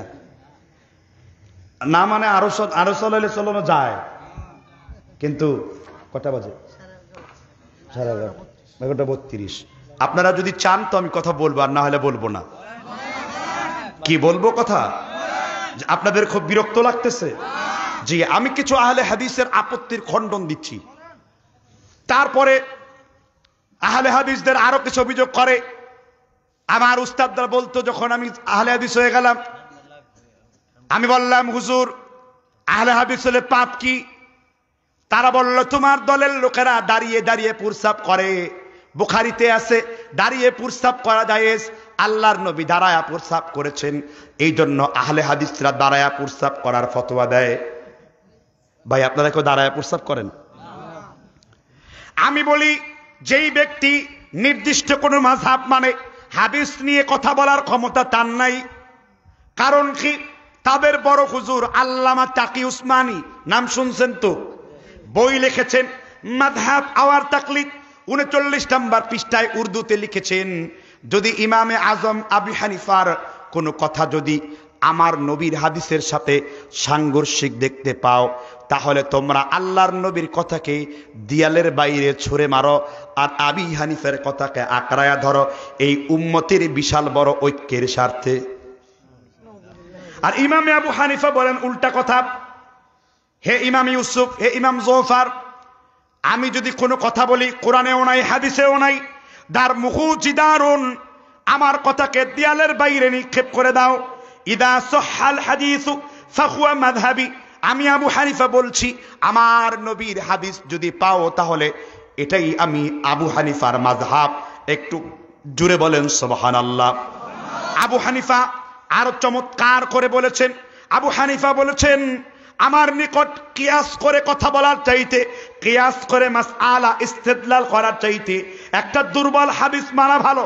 কেউ যদি আমার কিয়াসকে প্রাধান্য দিয়ে দুর্বল হাদিস অমান্য করে, মসজিদে প্রস্রাব করলে যেই রকম গুনাহ হবে, সুতরাং আমার কথার উপরে অন্ধভাবে কিয়াস করলে এর চাইতে বেশি গুনাহ হবে। আমার কথা যদি অন্ধভাবে মানে, আবু হানিফা বলেছেন মসজিদে প্রস্রাব করলে যেই গুনাহ হবে, আমার কথাকে কেউ অন্ধভাবে মানলে সেই গুনাহ হবে। আলহামদুলিল্লাহ, আবু হানিফা কোনোদিন এই সমস্ত কথার বৈপরীত্য কথা বলেন নাই। ঠিক না ঠিক? আহলে হাদিস মানে হানাফি মাযহাব গালিগালাজ নয়। আহলে হাদিস মানে আবু হানিফার ভালো জিনিসটাকে নেওয়া, আর যেই জিনিসটা তিনি হাদিসের সাথে দঈফ হাদিস নিয়েছেন সেটাকে দলিলের কারণে সামনে নিয়ে যাওয়া। কেননা আবু হানিফা নিজেই বলেছেন আল মুজতাহিদু ইউসিবি ওয়া ইউখতি। মোল্লা আলী কারি বলেছেন, হানাফি মাযহাবের আলেম, গবেষক কখনো ভুল করেন, গবেষক কখনো কি করেন, সঠিক করেন। সুতরাং দাঁড়ায় প্রস্রাব করার যে সমাধান আমার নবী দিয়েছেন, হ্যাঁ বুখারীতে আল্লাহর নবী দাঁড়ায় প্রস্রাব করছে, তাহলে তোমরা হাদিস যদি মানো, আমরা হাদিস মানি না, আমরা মানি সুন্নাহ। কারণ নবীজি হাদিস মানছেন, দাঁড়ায় প্রস্রাব করছেন, ওইটা হাদিস, আর আমরা বসে প্রস্রাব করি, এটা হলো সুন্নাহ। বলেন না নাউযু বিল্লাহ। নবীজি দাঁড়িয়ে প্রস্রাব কখন করছেন? সহিহ বাইহাকিতে উত্তর রয়েছে, সুনানে বাইহাকি। নবীজি কোমর ব্যথার কারণে বসতে পারেননি, তাই তিনি কি করেছেন? কোমর ব্যথার কারণে তিনি কি করতে পারেননি? বসতে পারেননি। যেমন হাই কমোড ব্যবহার করে সুস্থ ব্যক্তির না অসুস্থ ব্যক্তিরা? কিন্তু ইদানিং সব ব্যক্তি অসুস্থ হয়ে গেছে, হাই কমোড দেখলে দাঁড়িয়ে হিসু করার অবস্থা আছে না নাই? কথা বলেন না কেন? এখন আমরা যদি পাল্টা আক্রমণ করি, আমার মাযহাব, আমার মানহাজ, আমার মাসলাক এই কথা বলে নাই কোন মানুষের গুপ্তাঙ্গ ধরে 40 কদম হাঁটা, 80 কেজি ওজনের ঢিলা লয়ে ঘোরাঘুরি করা, কোন পুরুষকে কোন পুরুষের গুপ্তাঙ্গ দেখানো। আমার নবীর কথাই হলো, আমার নবী বলেছেন আল হায়াউ শুবাতুম মিনাল ঈমান। বুখারী আদাবুল মুফরাদের 2821 নম্বর হাদিস। লজ্জা হলো ঈমানের অলংকার। আমার নবী কোনদিন এইরকম ভাবে, সাহাবারা কোনদিন গুপ্তাঙ্গ ধরে 40 কদম কোনদিন হাঁটেন নাই। সুতরাং আপনারা তো মাদ্রাসায় ডিলাকুলুক নিয়ে একজনের গুপ্তাঙ্গ আরেকজন দেখান, এটা একটা গুনাহে কাবীরা।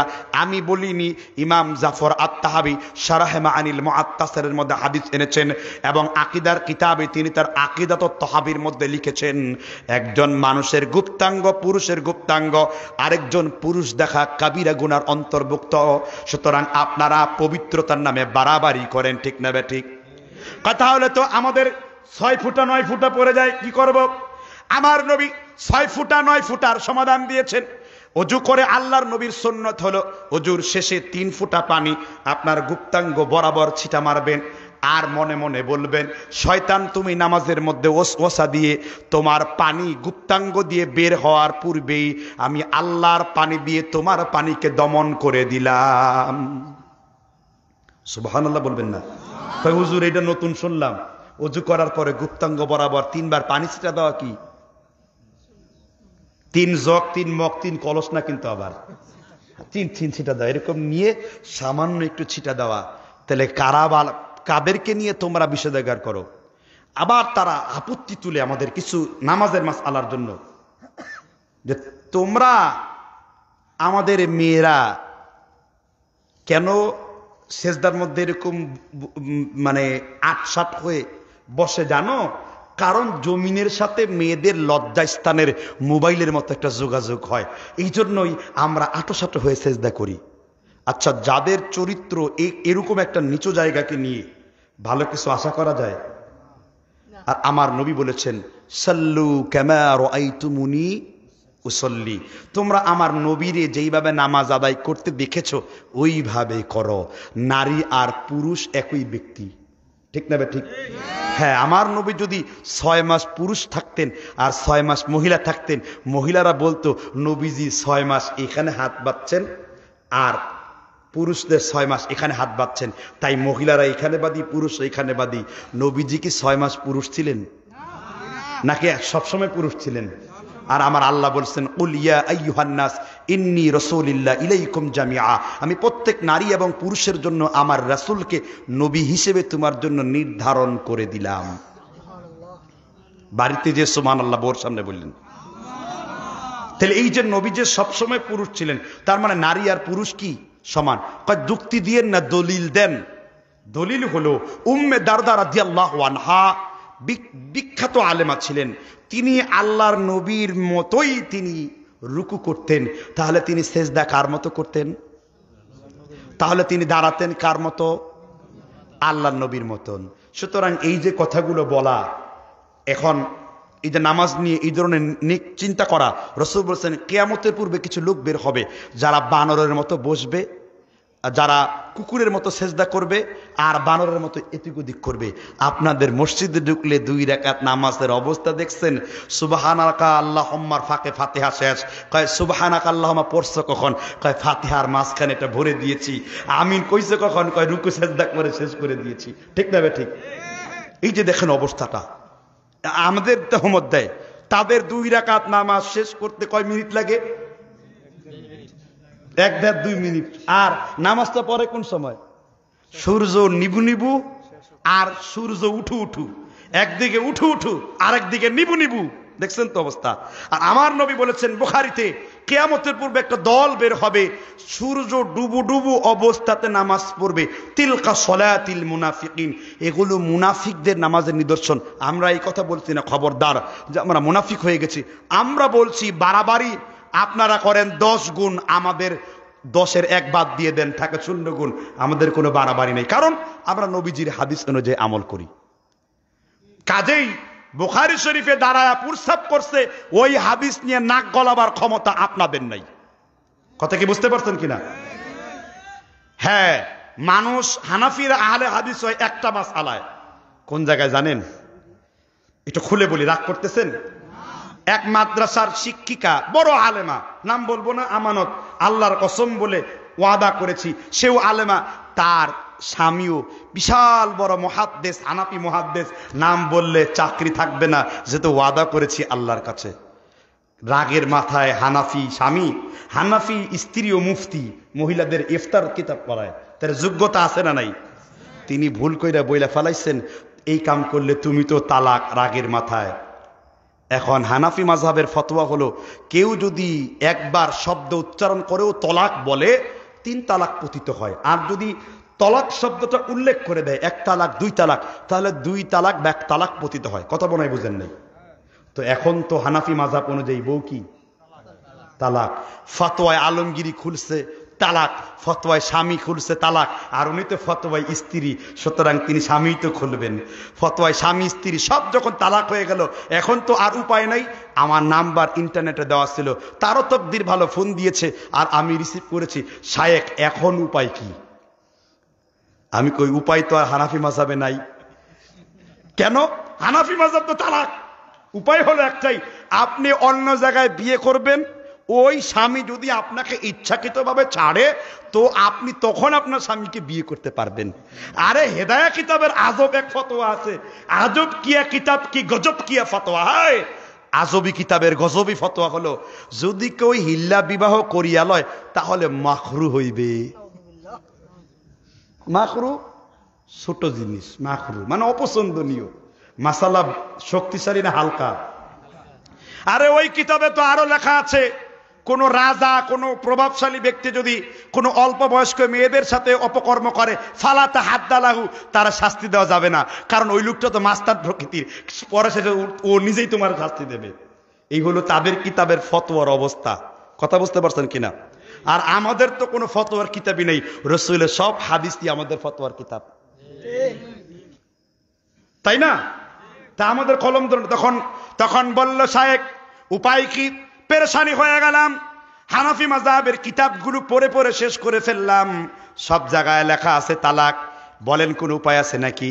আমি বললাম হ্যাঁ, একটা উপায় আছে। আজকের দিনের পর থেকে আপনি যদি প্রত্যেকটা আমল আহলে হাদিস মানে সালাফিদের নিয়ম অনুযায়ী করতে পারেন, তাহলে একখানা হাদিসের সন্ধান আপনারা দেব, আপনার চিন্তা দূরীভূত হয়ে যাবে। বলে সব পারবো, আমি কই মুখ দিয়ে বললেই হবে না, আগে আমল করে বাস্তবায়ন করতে হবে। আপাতত স্বামী আপনার দূরে থাক। আর যখন আমি বললাম মুসলিম শরীফের 460 নম্বর পৃষ্ঠায় আব্দুল্লাহ ইবনে আব্বাস রাদিয়াল্লাহু তাআলা আনহু বলেছেন, আল্লাহর নবীর জামানায়, আবু বকরের জামানায়, ওমরের জামানায় 3 তালাককে তারা 1 তালাক বলে গণ্য করতেন। তাই একসাথে যদি এক বৈঠকে 100 তালাক বলে দেয়, তাহলে 1 তালাক পতিত হবে। দ্বিতীয় মাসে যদি আবার তালাক দেয়, 2 তালাক পতিত হবে। তৃতীয় মাসে যদি আবার তালাক দেয়, 3 তালাক পতিত হবে। কয় হুজুর আপনার এই কথা শুনে, আমার তো কথা না, ইলমে ওহীর কথা, আপনার কথা শুনে আমার হৃদয়টা আনন্দে ভরে গেল। আমি বললাম সৌদি আরবের লাজনাত দায়মা থেকে শুরু করে সৌদি আরবের কোর্ট পর্যন্ত আমার এই হাদিসের উপর আমল রেখেছে।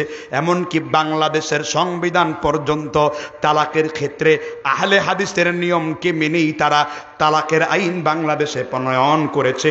একটু জোরে আওয়াজ দিয়ে বলেন সুবহানাল্লাহ। সমাধান হয়ে গেল। মাওলানা আশরাফ আলী থানভী চিনেন না? কে চিনে না থানভী? কে পড়েনি বেহেশতি জেউর? হাকিমুল উম্মত বলে কথা। এই হাকিমুল উম্মত বলে কি কথা? তিনি রাগে তেলে বেগুনে জ্বলে একখানা তালাকের কিতাব লিখেছেন। 3 তালাক আর 1 তালাক হায়, 3 তালাকই 1 তালাক। তাহলে এইখানে আসলে পরে তখন সহিহ হাদিসের প্রয়োজন পড়ে।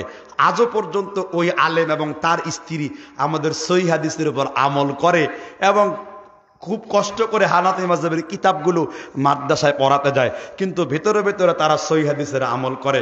কিসের জন্য? বউটাকে পাওয়ার জন্য। কথা মনে হয় বুঝেন নাই। ঠেলায় পড়লে বাঘেও কি ঘাস খায়। ঠেলায় পড়ছে তো, এখন তো হাবিব ছাড়া কাম নাই। এই জন্য বলি বাবারা, পৃথিবীতে যদি একজন মানুষের কথা শুনে অন্ধ অনুসরণ করা যায়, অন্ধ দলিল মানা যায়, তিনি আমার নবী মুহাম্মদ রাসূলুল্লাহ। কারণ আত্তাহামু রাইয়াকুম ফালাকাদ রাআইতুনি, তার ভাগিনা সাহাল ইবনে হুনাইব রাদিয়াল্লাহু তাআলা আনহু বলেছেন, তোমরা নবীর মতকেই শুধু বিশুদ্ধ মনে করো।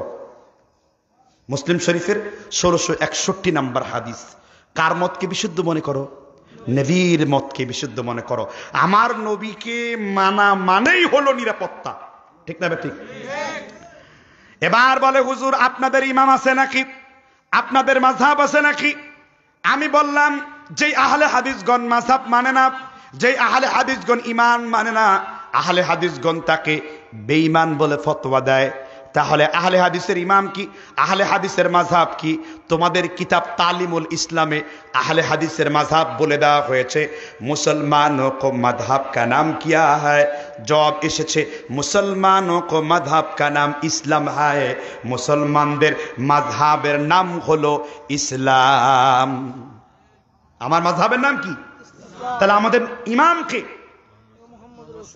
ইমাম হলো ইমাম মুহাম্মদ রাসূলুল্লাহ। হুজুর কই আছে? কোরআনে আছে না? ইয়াওমা নাদউ, ওই যে আমার ছোট ভাই হাফেজ মীর বাইজিদ হুসাইন বলে দিয়েছে, ইয়াওমা নাদউ কুল্লা উনাসিম বিইমামিহিম। কিয়ামতের দিন প্রত্যেককেই তার ইমাম সহকারে ডাকা হবে।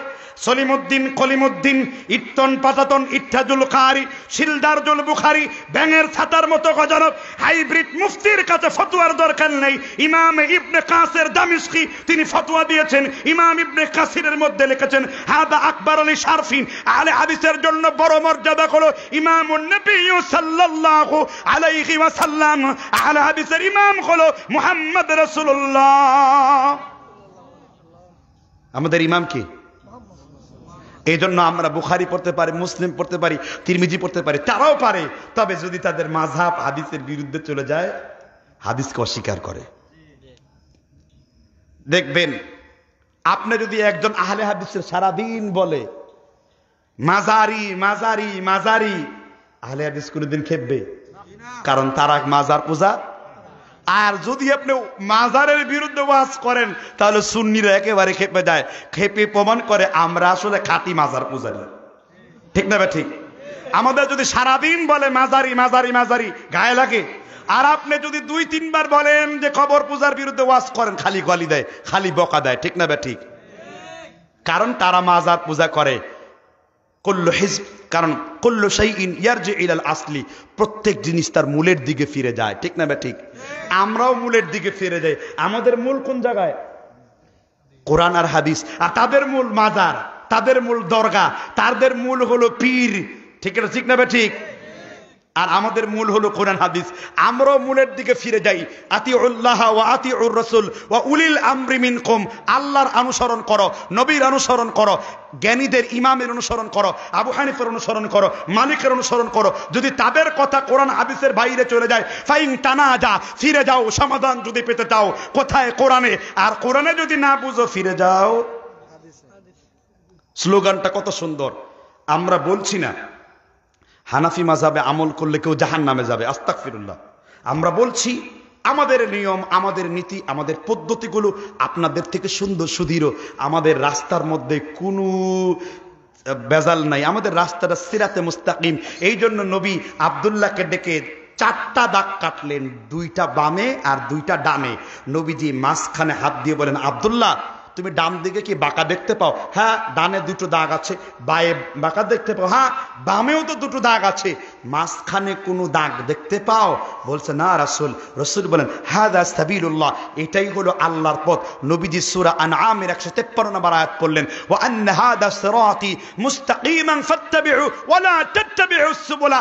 আল্লাহর পথ হলো সুদৃঢ়, সরল, সেখানে কোনো আটরশি নেই, নয়রশি নেই, সেখানে কোনো চর্মনাই নেই, সরসিনা নাই, ফুরফুরা নাই, মাইজবান্ডারি নাই, বাকি নেই, রাজার বাকি নেই, কুতুব বাকি নেই, সম্ভগঞ্জি নেই। সেখানে শুধু আছে নবীর তরিকা আর আল্লাহর কিতাবুল্লাহ। জোরে বলেন ঠিক কিনা? এত পরিষ্কার ওয়াজের পর যে বুঝে না, তারে আপনি বুঝাইতে পারবেন না। এক কাফিয়া জামাতে যখন পড়ি, মানে হানাফিদের কাফিয়া জামাত আছে, এটা আপনি বুঝবেন না মনে হয়। আহলে হাদিসের কমি মাদ্রাসায় মিশকাত আউয়াল, মিশকাত সানি আছে। আর আহলে হাদিসরা কাফিয়া, সারাজামি, সারবেকিয়া। তো তখন এক ভিক্ষুক একটা সুন্দর গান গাইতো, শোনা বলি গানটা। অন্ধ মানুষ, সে বলতো, জ্ঞানী যারা বুঝে তারা শুধু ইশারায়, অজ্ঞানীকে বুঝানো যায় না দারোগা লাঠির গুতায়। বলে বাহ, দারুণ তো কবিতাটা, মুখস্থ করে ফেলেছি। জ্ঞানী যারা বুঝে তারা শুধু ইশারায়, অজ্ঞানীকে বুঝানো যায় না দারোগার লাঠির গুতায়। এরা যদি কিলান, পিটান, চিমটি দেন, খোঁচা দেন, তবুও তারা হাদিস মানবে না। কারণ তাদের নীতি হলো আল্লাহ এবং তার নবীর বিরোধিতা করা। তাদের দাবি হলো আমাদের মসজিদগুলো পুড়িয়ে ছাই করে দেওয়া, ভুলাতে আগুন দেওয়া, সালথায় আগুন দেওয়া, তাকওয়ানগরে হামলা করা, আর আমাদের মাহফিলগুলো বন্ধ করে দেওয়া। কারণ তারা জানে আমাদের মসজিদ যদি আবাদ হয়, কারণ তারা জানে আমাদের মাদ্রাসা যদি আবাদ হয়, আমাদের মাহফিলগুলো চলে, তাহলে মানুষরা ওই বিভ্রান্তকর তোমাদের মানসুর হাল্লাসের কেচ্ছা শুনবে না, মাজারের গাঁজাখড়ি কেচ্ছা শুনবে না। আমাদের দলিল ভিত্তিক কথাগুলো শুনে শুনে তারা আল্লাহ এবং তার নবীর কিতাবের আমলগুলো করবে। এই জন্য তারা হাদিসের দুশমন। ইন্নাকুম আদাউস সুনানি, ওমর ইবনুল খাত্তাব বক্তব্য দিয়েছেন, তোমরা যারা রায় করে কথা বলে, আন্দাজ করে কথা বলে, বেদালিলিক কথা বলে, কয়লা আদহিমুর রাইয়া, খবরদার তোমরা রায় করে, আন্দাজ করে যারা কথা বলে তাদেরকে বর্জন করো। কারণ ইন্নাকুম আদাউস সুনানি, কারণ তারা আল্লাহর নবীর সুন্নতের দুশমন, তারা হাদিসের শত্রু। একটু জোরে বলেন ঠিক কিনা? তারা হাদিসের দুশমন, তারা হাদিসের দুশমনি করে। এটাই হলো আমাদের সাথে তাদের পার্থক্য। আমাদের এই দ্বন্দ্ব হলো এইখানে। আমরা হাদিস অনুসরণ করি, তারা মানুষের রায় অনুসরণ করে। তাদের খালি ভায়া মাধ্যম, তারা সরাসরি রসুলের মত নিব না। অমুক ইমাম কি বলছে, আবার ওই ইমামের মত যদি না থাকে তখন ইমাম মোহাম্মদরা দেখে। ইমাম মোহাম্মদে না থাকলে 40 জন রে ডিঙায়া যায় পরে ইসলামের চোখে দেখে। তাদের মাযহাব হলো 40 জন ইমামের বোর্ড নিয়ে এই মাযহাব, আর আমাদের মাযহাব হলো একজন ইমামের বোর্ড নিয়ে আমাদের মাযহাব। হাদিস সহিহ পাইছি, আমরা মাসআলা নিয়ে নিচ্ছি, সুবহানাল্লাহ। আর তারা একজন না হইলে আবার আরেকজন, এরকম 40 জন রে সার্জিক্যাল অপারেশন করার পরে তারা ইসলামের সমাধানের মধ্যে যায়, ঠিক না বে ঠিক? এজন্যই তো এত ভেজাল। এজন্য তাদের মধ্যে আছে বিভিন্ন জিকির, নাকের জিকির, শ্বাসের জিকির, কানের জিকির। জিকির করতে করতে লঙ্গি খোলে মাথায় বাঁধে, কয়াম গো হুজুর, কয় লাভ দিয়ে ফাল দিয়ে জিকির কর, আল্লাহ খুশি হয়। ইয়া রাসূলুল্লাহ, ইয়া হাবিবাল্লাহ, ইয়া রাসূলুল্লাহ, ইয়া হাবিবাল্লাহ। আছে না নাই? আবার জিকির করতে করতে লাভ দিয়ে সামিয়ার উপর নাচে, নেচে আবার যেই পীর জিকির করে ওই পীরের সামনেই মুরিদে বলে আল্লাহ এসে গেছে, আর অন্য মুরিদ বলে বেকুব তুই চুপ কর, আবার ওই পীর বলে চুপ কর, মানে নিজে আল্লাহ। নিজে আল্লাহ কি? আকীদাই তো গন্ডগোল। আমাদের কোরআন কিতাব হলো আকীদায় ভরপুর, আর তারা আকীদা হলো পীর মুরিদিতে ভরপুর, ঠিক না ঠিক? তাদের কিতাবের মধ্যে লেখা আছে আল ঈমানু লা ইয়াজিদু ওয়া লা ইয়ানকুসু, ঈমান বাড়েও না ঈমান কমেও না। ঈমান কি সুইংগাম নাকি এক জায়গায় লাইগা থাকে আঠা নাকি ঈমান? আর আল্লাহ বলেছেন ঈমান বাড়ে আর ঈমান কি কমে। তো তাদের ঈমান বাড়েও না আর ঈমান কি কমেও না, আর আমাদের ঈমান কি? জিকির করলে ঈমান বাড়ে, জিকির ছাড়লে ঈমান কি কমে। আখিরাতের কথা শুনলে ঈমান বাড়ে, আখিরাতের কথা বাদ দিলে ঈমান কি কমে। আর তাদের আছে বিরাট বিষেধাগার, এরকম আরো অনেকগুলা অভিযোগ দিচ্ছে। এরকম অভিযোগ যদি খণ্ডন করি, মোট 23টি অভিযোগ তারা আমাদের দাঁড় করায়। কয় মসজিদে গাদার মতো জোরে চিৎকার কইরা আমিন কওয়া, ডাক মারে, বিভিন্ন ব্যঙ্গ বিদ্রুপ করে, আছে না নাই? আমাদের আমল, আমরা তাদের আমলকে খাটো করি না, বলি না তারা আসতে আমিন বলে দেখে তাদের নামাজ বাতিল হয়েছে, অসম্ভব, আমরা এই কথা বলি না। তবে আমাদের আমলের সুদৃঢ় প্রমাণ আছে না নাই? রাসূল বলেছেন ইন্না লিল মসজিদি লালাজ্জাতান, সাহাবা বলেছেন আব্দুল্লাহ ইবনে জুবায়ের যখন আমিন বলতেন, সাহাবারা বলতেন মক্কার মসজিদটা ইন্না লিল মসজিদি লালাজ্জাতান, গুম গুম করে মসজিদটা কেঁপে উঠতো আমিনের শব্দে। তারা হাদিস চোখে দেখে না, হাদিস চোখে দেখবে কেমনে? তাদের চোখের মধ্যে পড়ছে পীরের চশমা আর এক মাযহাবের তাকলিদ, হেতে হা আর নাতে না। কোন জন্তুর গলায় দড়ি দিয়া, আরবি কিলাদা মানে হলো দড়ি, যখন দড়ি ঝুলাইয়া দিলেন কোন পশু তার নিজের মতো যায়? হেতে হা আর কি নাতে না। কয় হুজুর আপনারা তাকলিদ মানেন না। আমরা তাকলিদ বলতে বুঝি কোরআন এবং হাদিসের বিশুদ্ধ অনুসরণ করাকে। আমরা তাকলিদের বিপরীতে ইত্তেবা করি। ইত্তেবা মানে কি? অনুসরণ করা। আর ইত্তেবা করি কার? রাসূল বলেছেন 3টি যুগের কথা, রাসূলের পরে সাহাবী, রাসূলের কথা স্পষ্ট না হলে আমরা সাহাবীতে যাই, সাহাবীর কথা স্পষ্ট না হলে আমরা তাবির কাছে যাই, তাবির কথা স্পষ্ট না হলে আমরা তাবে তাবাইর কাছে যাই, তাবে তাবাইর কথা স্পষ্ট না হলে আমরা সলফে সালিহিনের কাছে যাই, তাই না? কিন্তু তারা কোথায় যায়? তারা সমাধানের জন্য পীরের কাছে যায়। বাচ্চা দরকার, পীরের কাছে দাও। বাবা না থাকলে ডিম ফুটায়া তারপর বের করে দাও, বাচ্চা দেওয়া লাগবেই লাগবে।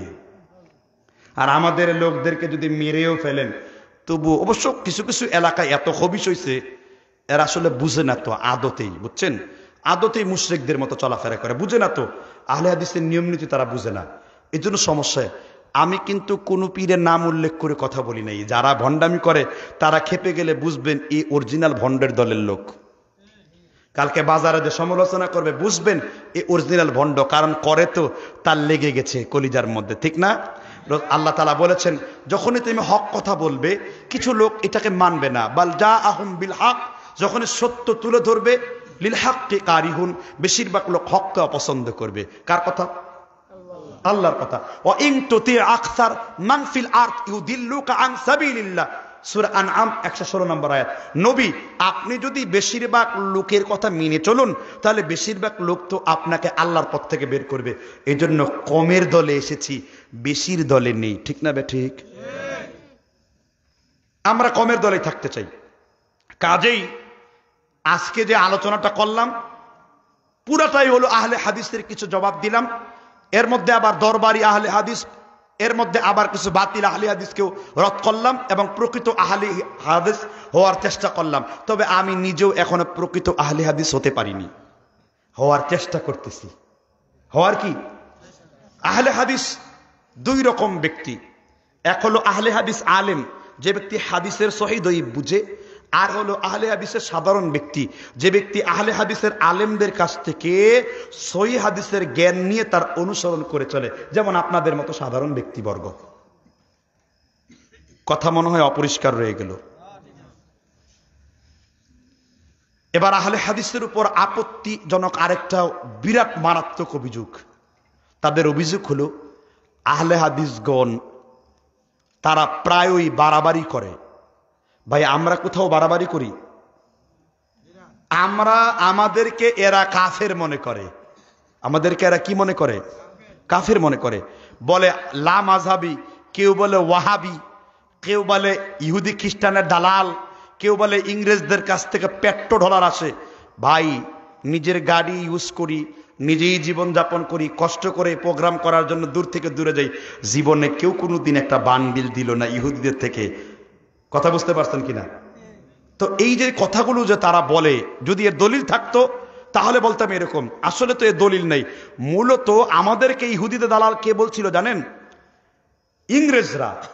কারা বলছে? ইংরেজরা ওদেরকে শিখিয়ে দিয়েছে। ইংরেজরা যখন ক্ষমতায় আসলো তখন দেখলো যে এই মাজার পূজারীদেরকে দলে আনতে পারছি, কিন্তু যারা সহিহ হাদিস মানে এই ওয়াহাবের বাচ্চাদেরকে দলে আনতে পারছি না। ইংরেজরা সর্বপ্রথম আমাদের আমল আখলাক এবং কোরআন হাদিসের অকাট্যতার কারণে আমাদেরকে ওয়াহাবি বলে গালি দিল। ওই ইংরেজদের ওয়াহাবি বলে গালিরা এখন ইংরেজদের সন্তানরা দেয়। ঠিক না বা ঠিক? ইংরেজদের ওয়াহাবি বলে গালিটা এখন ইংরেজদের সন্তানরা দেয়। নতুন ইংরেজ মানে ইংরেজদের আপডেট ভার্সন যারা, তারা দেয়। কথা বুঝেন নাই বোধ হয়। কেননা আমাদেরকে সারাদিন ওয়াহাবি বললে আমরা গর্ববোধ করি দুইটি কারণে। আপনাকে যখন হানাফি বলেন, ইয়াটাকে নিসবত করেন ইয়ায়ে মুতাকাল্লিম, এতে প্রমাণ হয় আপনি হানাফির অনুসারী। আপনি যখন মালিকি হন, এতে প্রমাণ হয় আপনি মালিকের অনুসারী। আপনি যখন মাজারি বলা হয় ইয়ায়ে মুতাকাল্লিম মাজারের দিকে, তখন হয় আপনি কবর বা মাজারের খাদেম। ঠিক না বে ঠিক? আর যখন আপনাকে ওয়াহাবি বলে, ওয়াহাব কার নাম?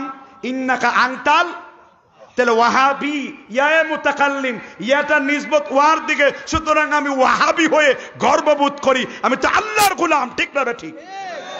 সমস্যা কি? আমার দলিল তো কোরআনে আছে, ইন্নাকা আনতাল। তোর দলিল কোথায়? তোর তো দলিল নাই। আমি যে সালাফি, আমার দলিল আছে তাবেঈদের থেকে আছে। শাবি তাসকিরাতুল হুফাজ 1 খণ্ড 80 পৃষ্ঠা।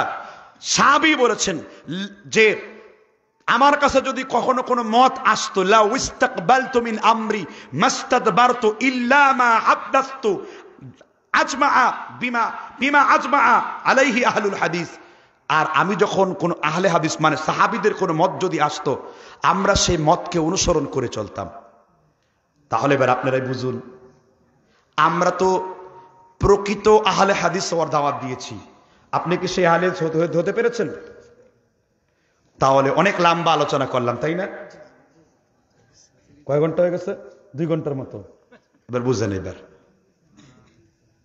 যদি হুজুর ওয়াজ করতে করতে যদি ফজরের আযান করে ফেলেন, তারপর ওয়াজ সারা বাড়িতে যাব না, কিন্তু মাগার নামাজ রোজা আর জীবনে কোনোদিন পরিবর্তন করব না, এটা আমাদের নীতি। কয় হুজুর সুর দিয়ে ওয়াজ করেন কেন? সুর দিয়ে ওয়াজ করা দরকার আছে, আছে না? যদি সেই সুরটা ইসলামের পক্ষে হয়। মাল্লাম ইয়াতাগান্না বিল কুরআন ফালাইসা মিন্নি, যে ব্যক্তি কোরআনকে সুর করে পড়ে না, সে আমার কি না? উম্মত না। নবীজি কোরআন কোন ভাষায় পড়ছেন? তার উপর কিয়াস করেন। আমরা ওয়াজ করি কোন ভাষায়? মাতৃভাষায়। তো নবীজি কোরআন সুর করছেন আরবি ভাষায়, আমরা মাতৃভাষায় সুর করি বাংলা ভাষায়। সমস্যা কি? দলিল তো সাবেত আছেই। সুতরাং দ্বারা এগুলো কথা বলে উদ্দেশ্য, সুর ছাড়াও রিয়া হতে পারে, সুর দিয়েও রিয়া হতে পারে। রিয়া হলো মূল জিনিস। এগুলো বলার উদ্দেশ্য কি? যেহেতু বাউলদের ধর্ম থেকে আমাদের দেশে ইসলামটা আপডেট হয়েছে, তাই বাউলা রীতি আমাদের মধ্যে আছে। সুর ছাড়া মজমা জমে না, ঠিক না? ওয়াজ বুঝুক আর না বুঝুক, কুয়াকাটা আর কুয়াখালী আর সমুদ্রের ব্যাং যেই হোক না কেন, খালি সুর, কিন্তু ভিতরে কিছু নাই। আল্লাহ তাআলা বুঝবার তৌফিক দান করেন। অনেক আলোচনা করেছি, আজকে এই পর্যন্তই। আহলে হাদিসের অনেকগুলো অভিযোগের উত্তর দিয়েছি, আলোচনা দীর্ঘায়িত করেছি। ভুল ত্রুটি হলে ক্ষমা করবেন। আমার কথায় কেউ ব্যক্তিগতভাবে কষ্ট পেয়ে থাকলে ক্ষমা সুন্দর দৃষ্টিতে দেখবেন। আমি সভাপতিকে সমাপনী বক্তব্য দিয়ে সভা শেষ করার জন্য বললাম। ও আখির দাওয়ানা আনিল হামদুলিল্লাহি রাব্বিল আলামিন। আসসালামু আলাইকুম ওয়া রাহমাতুল্লাহি ওয়া বারাকাতুহু।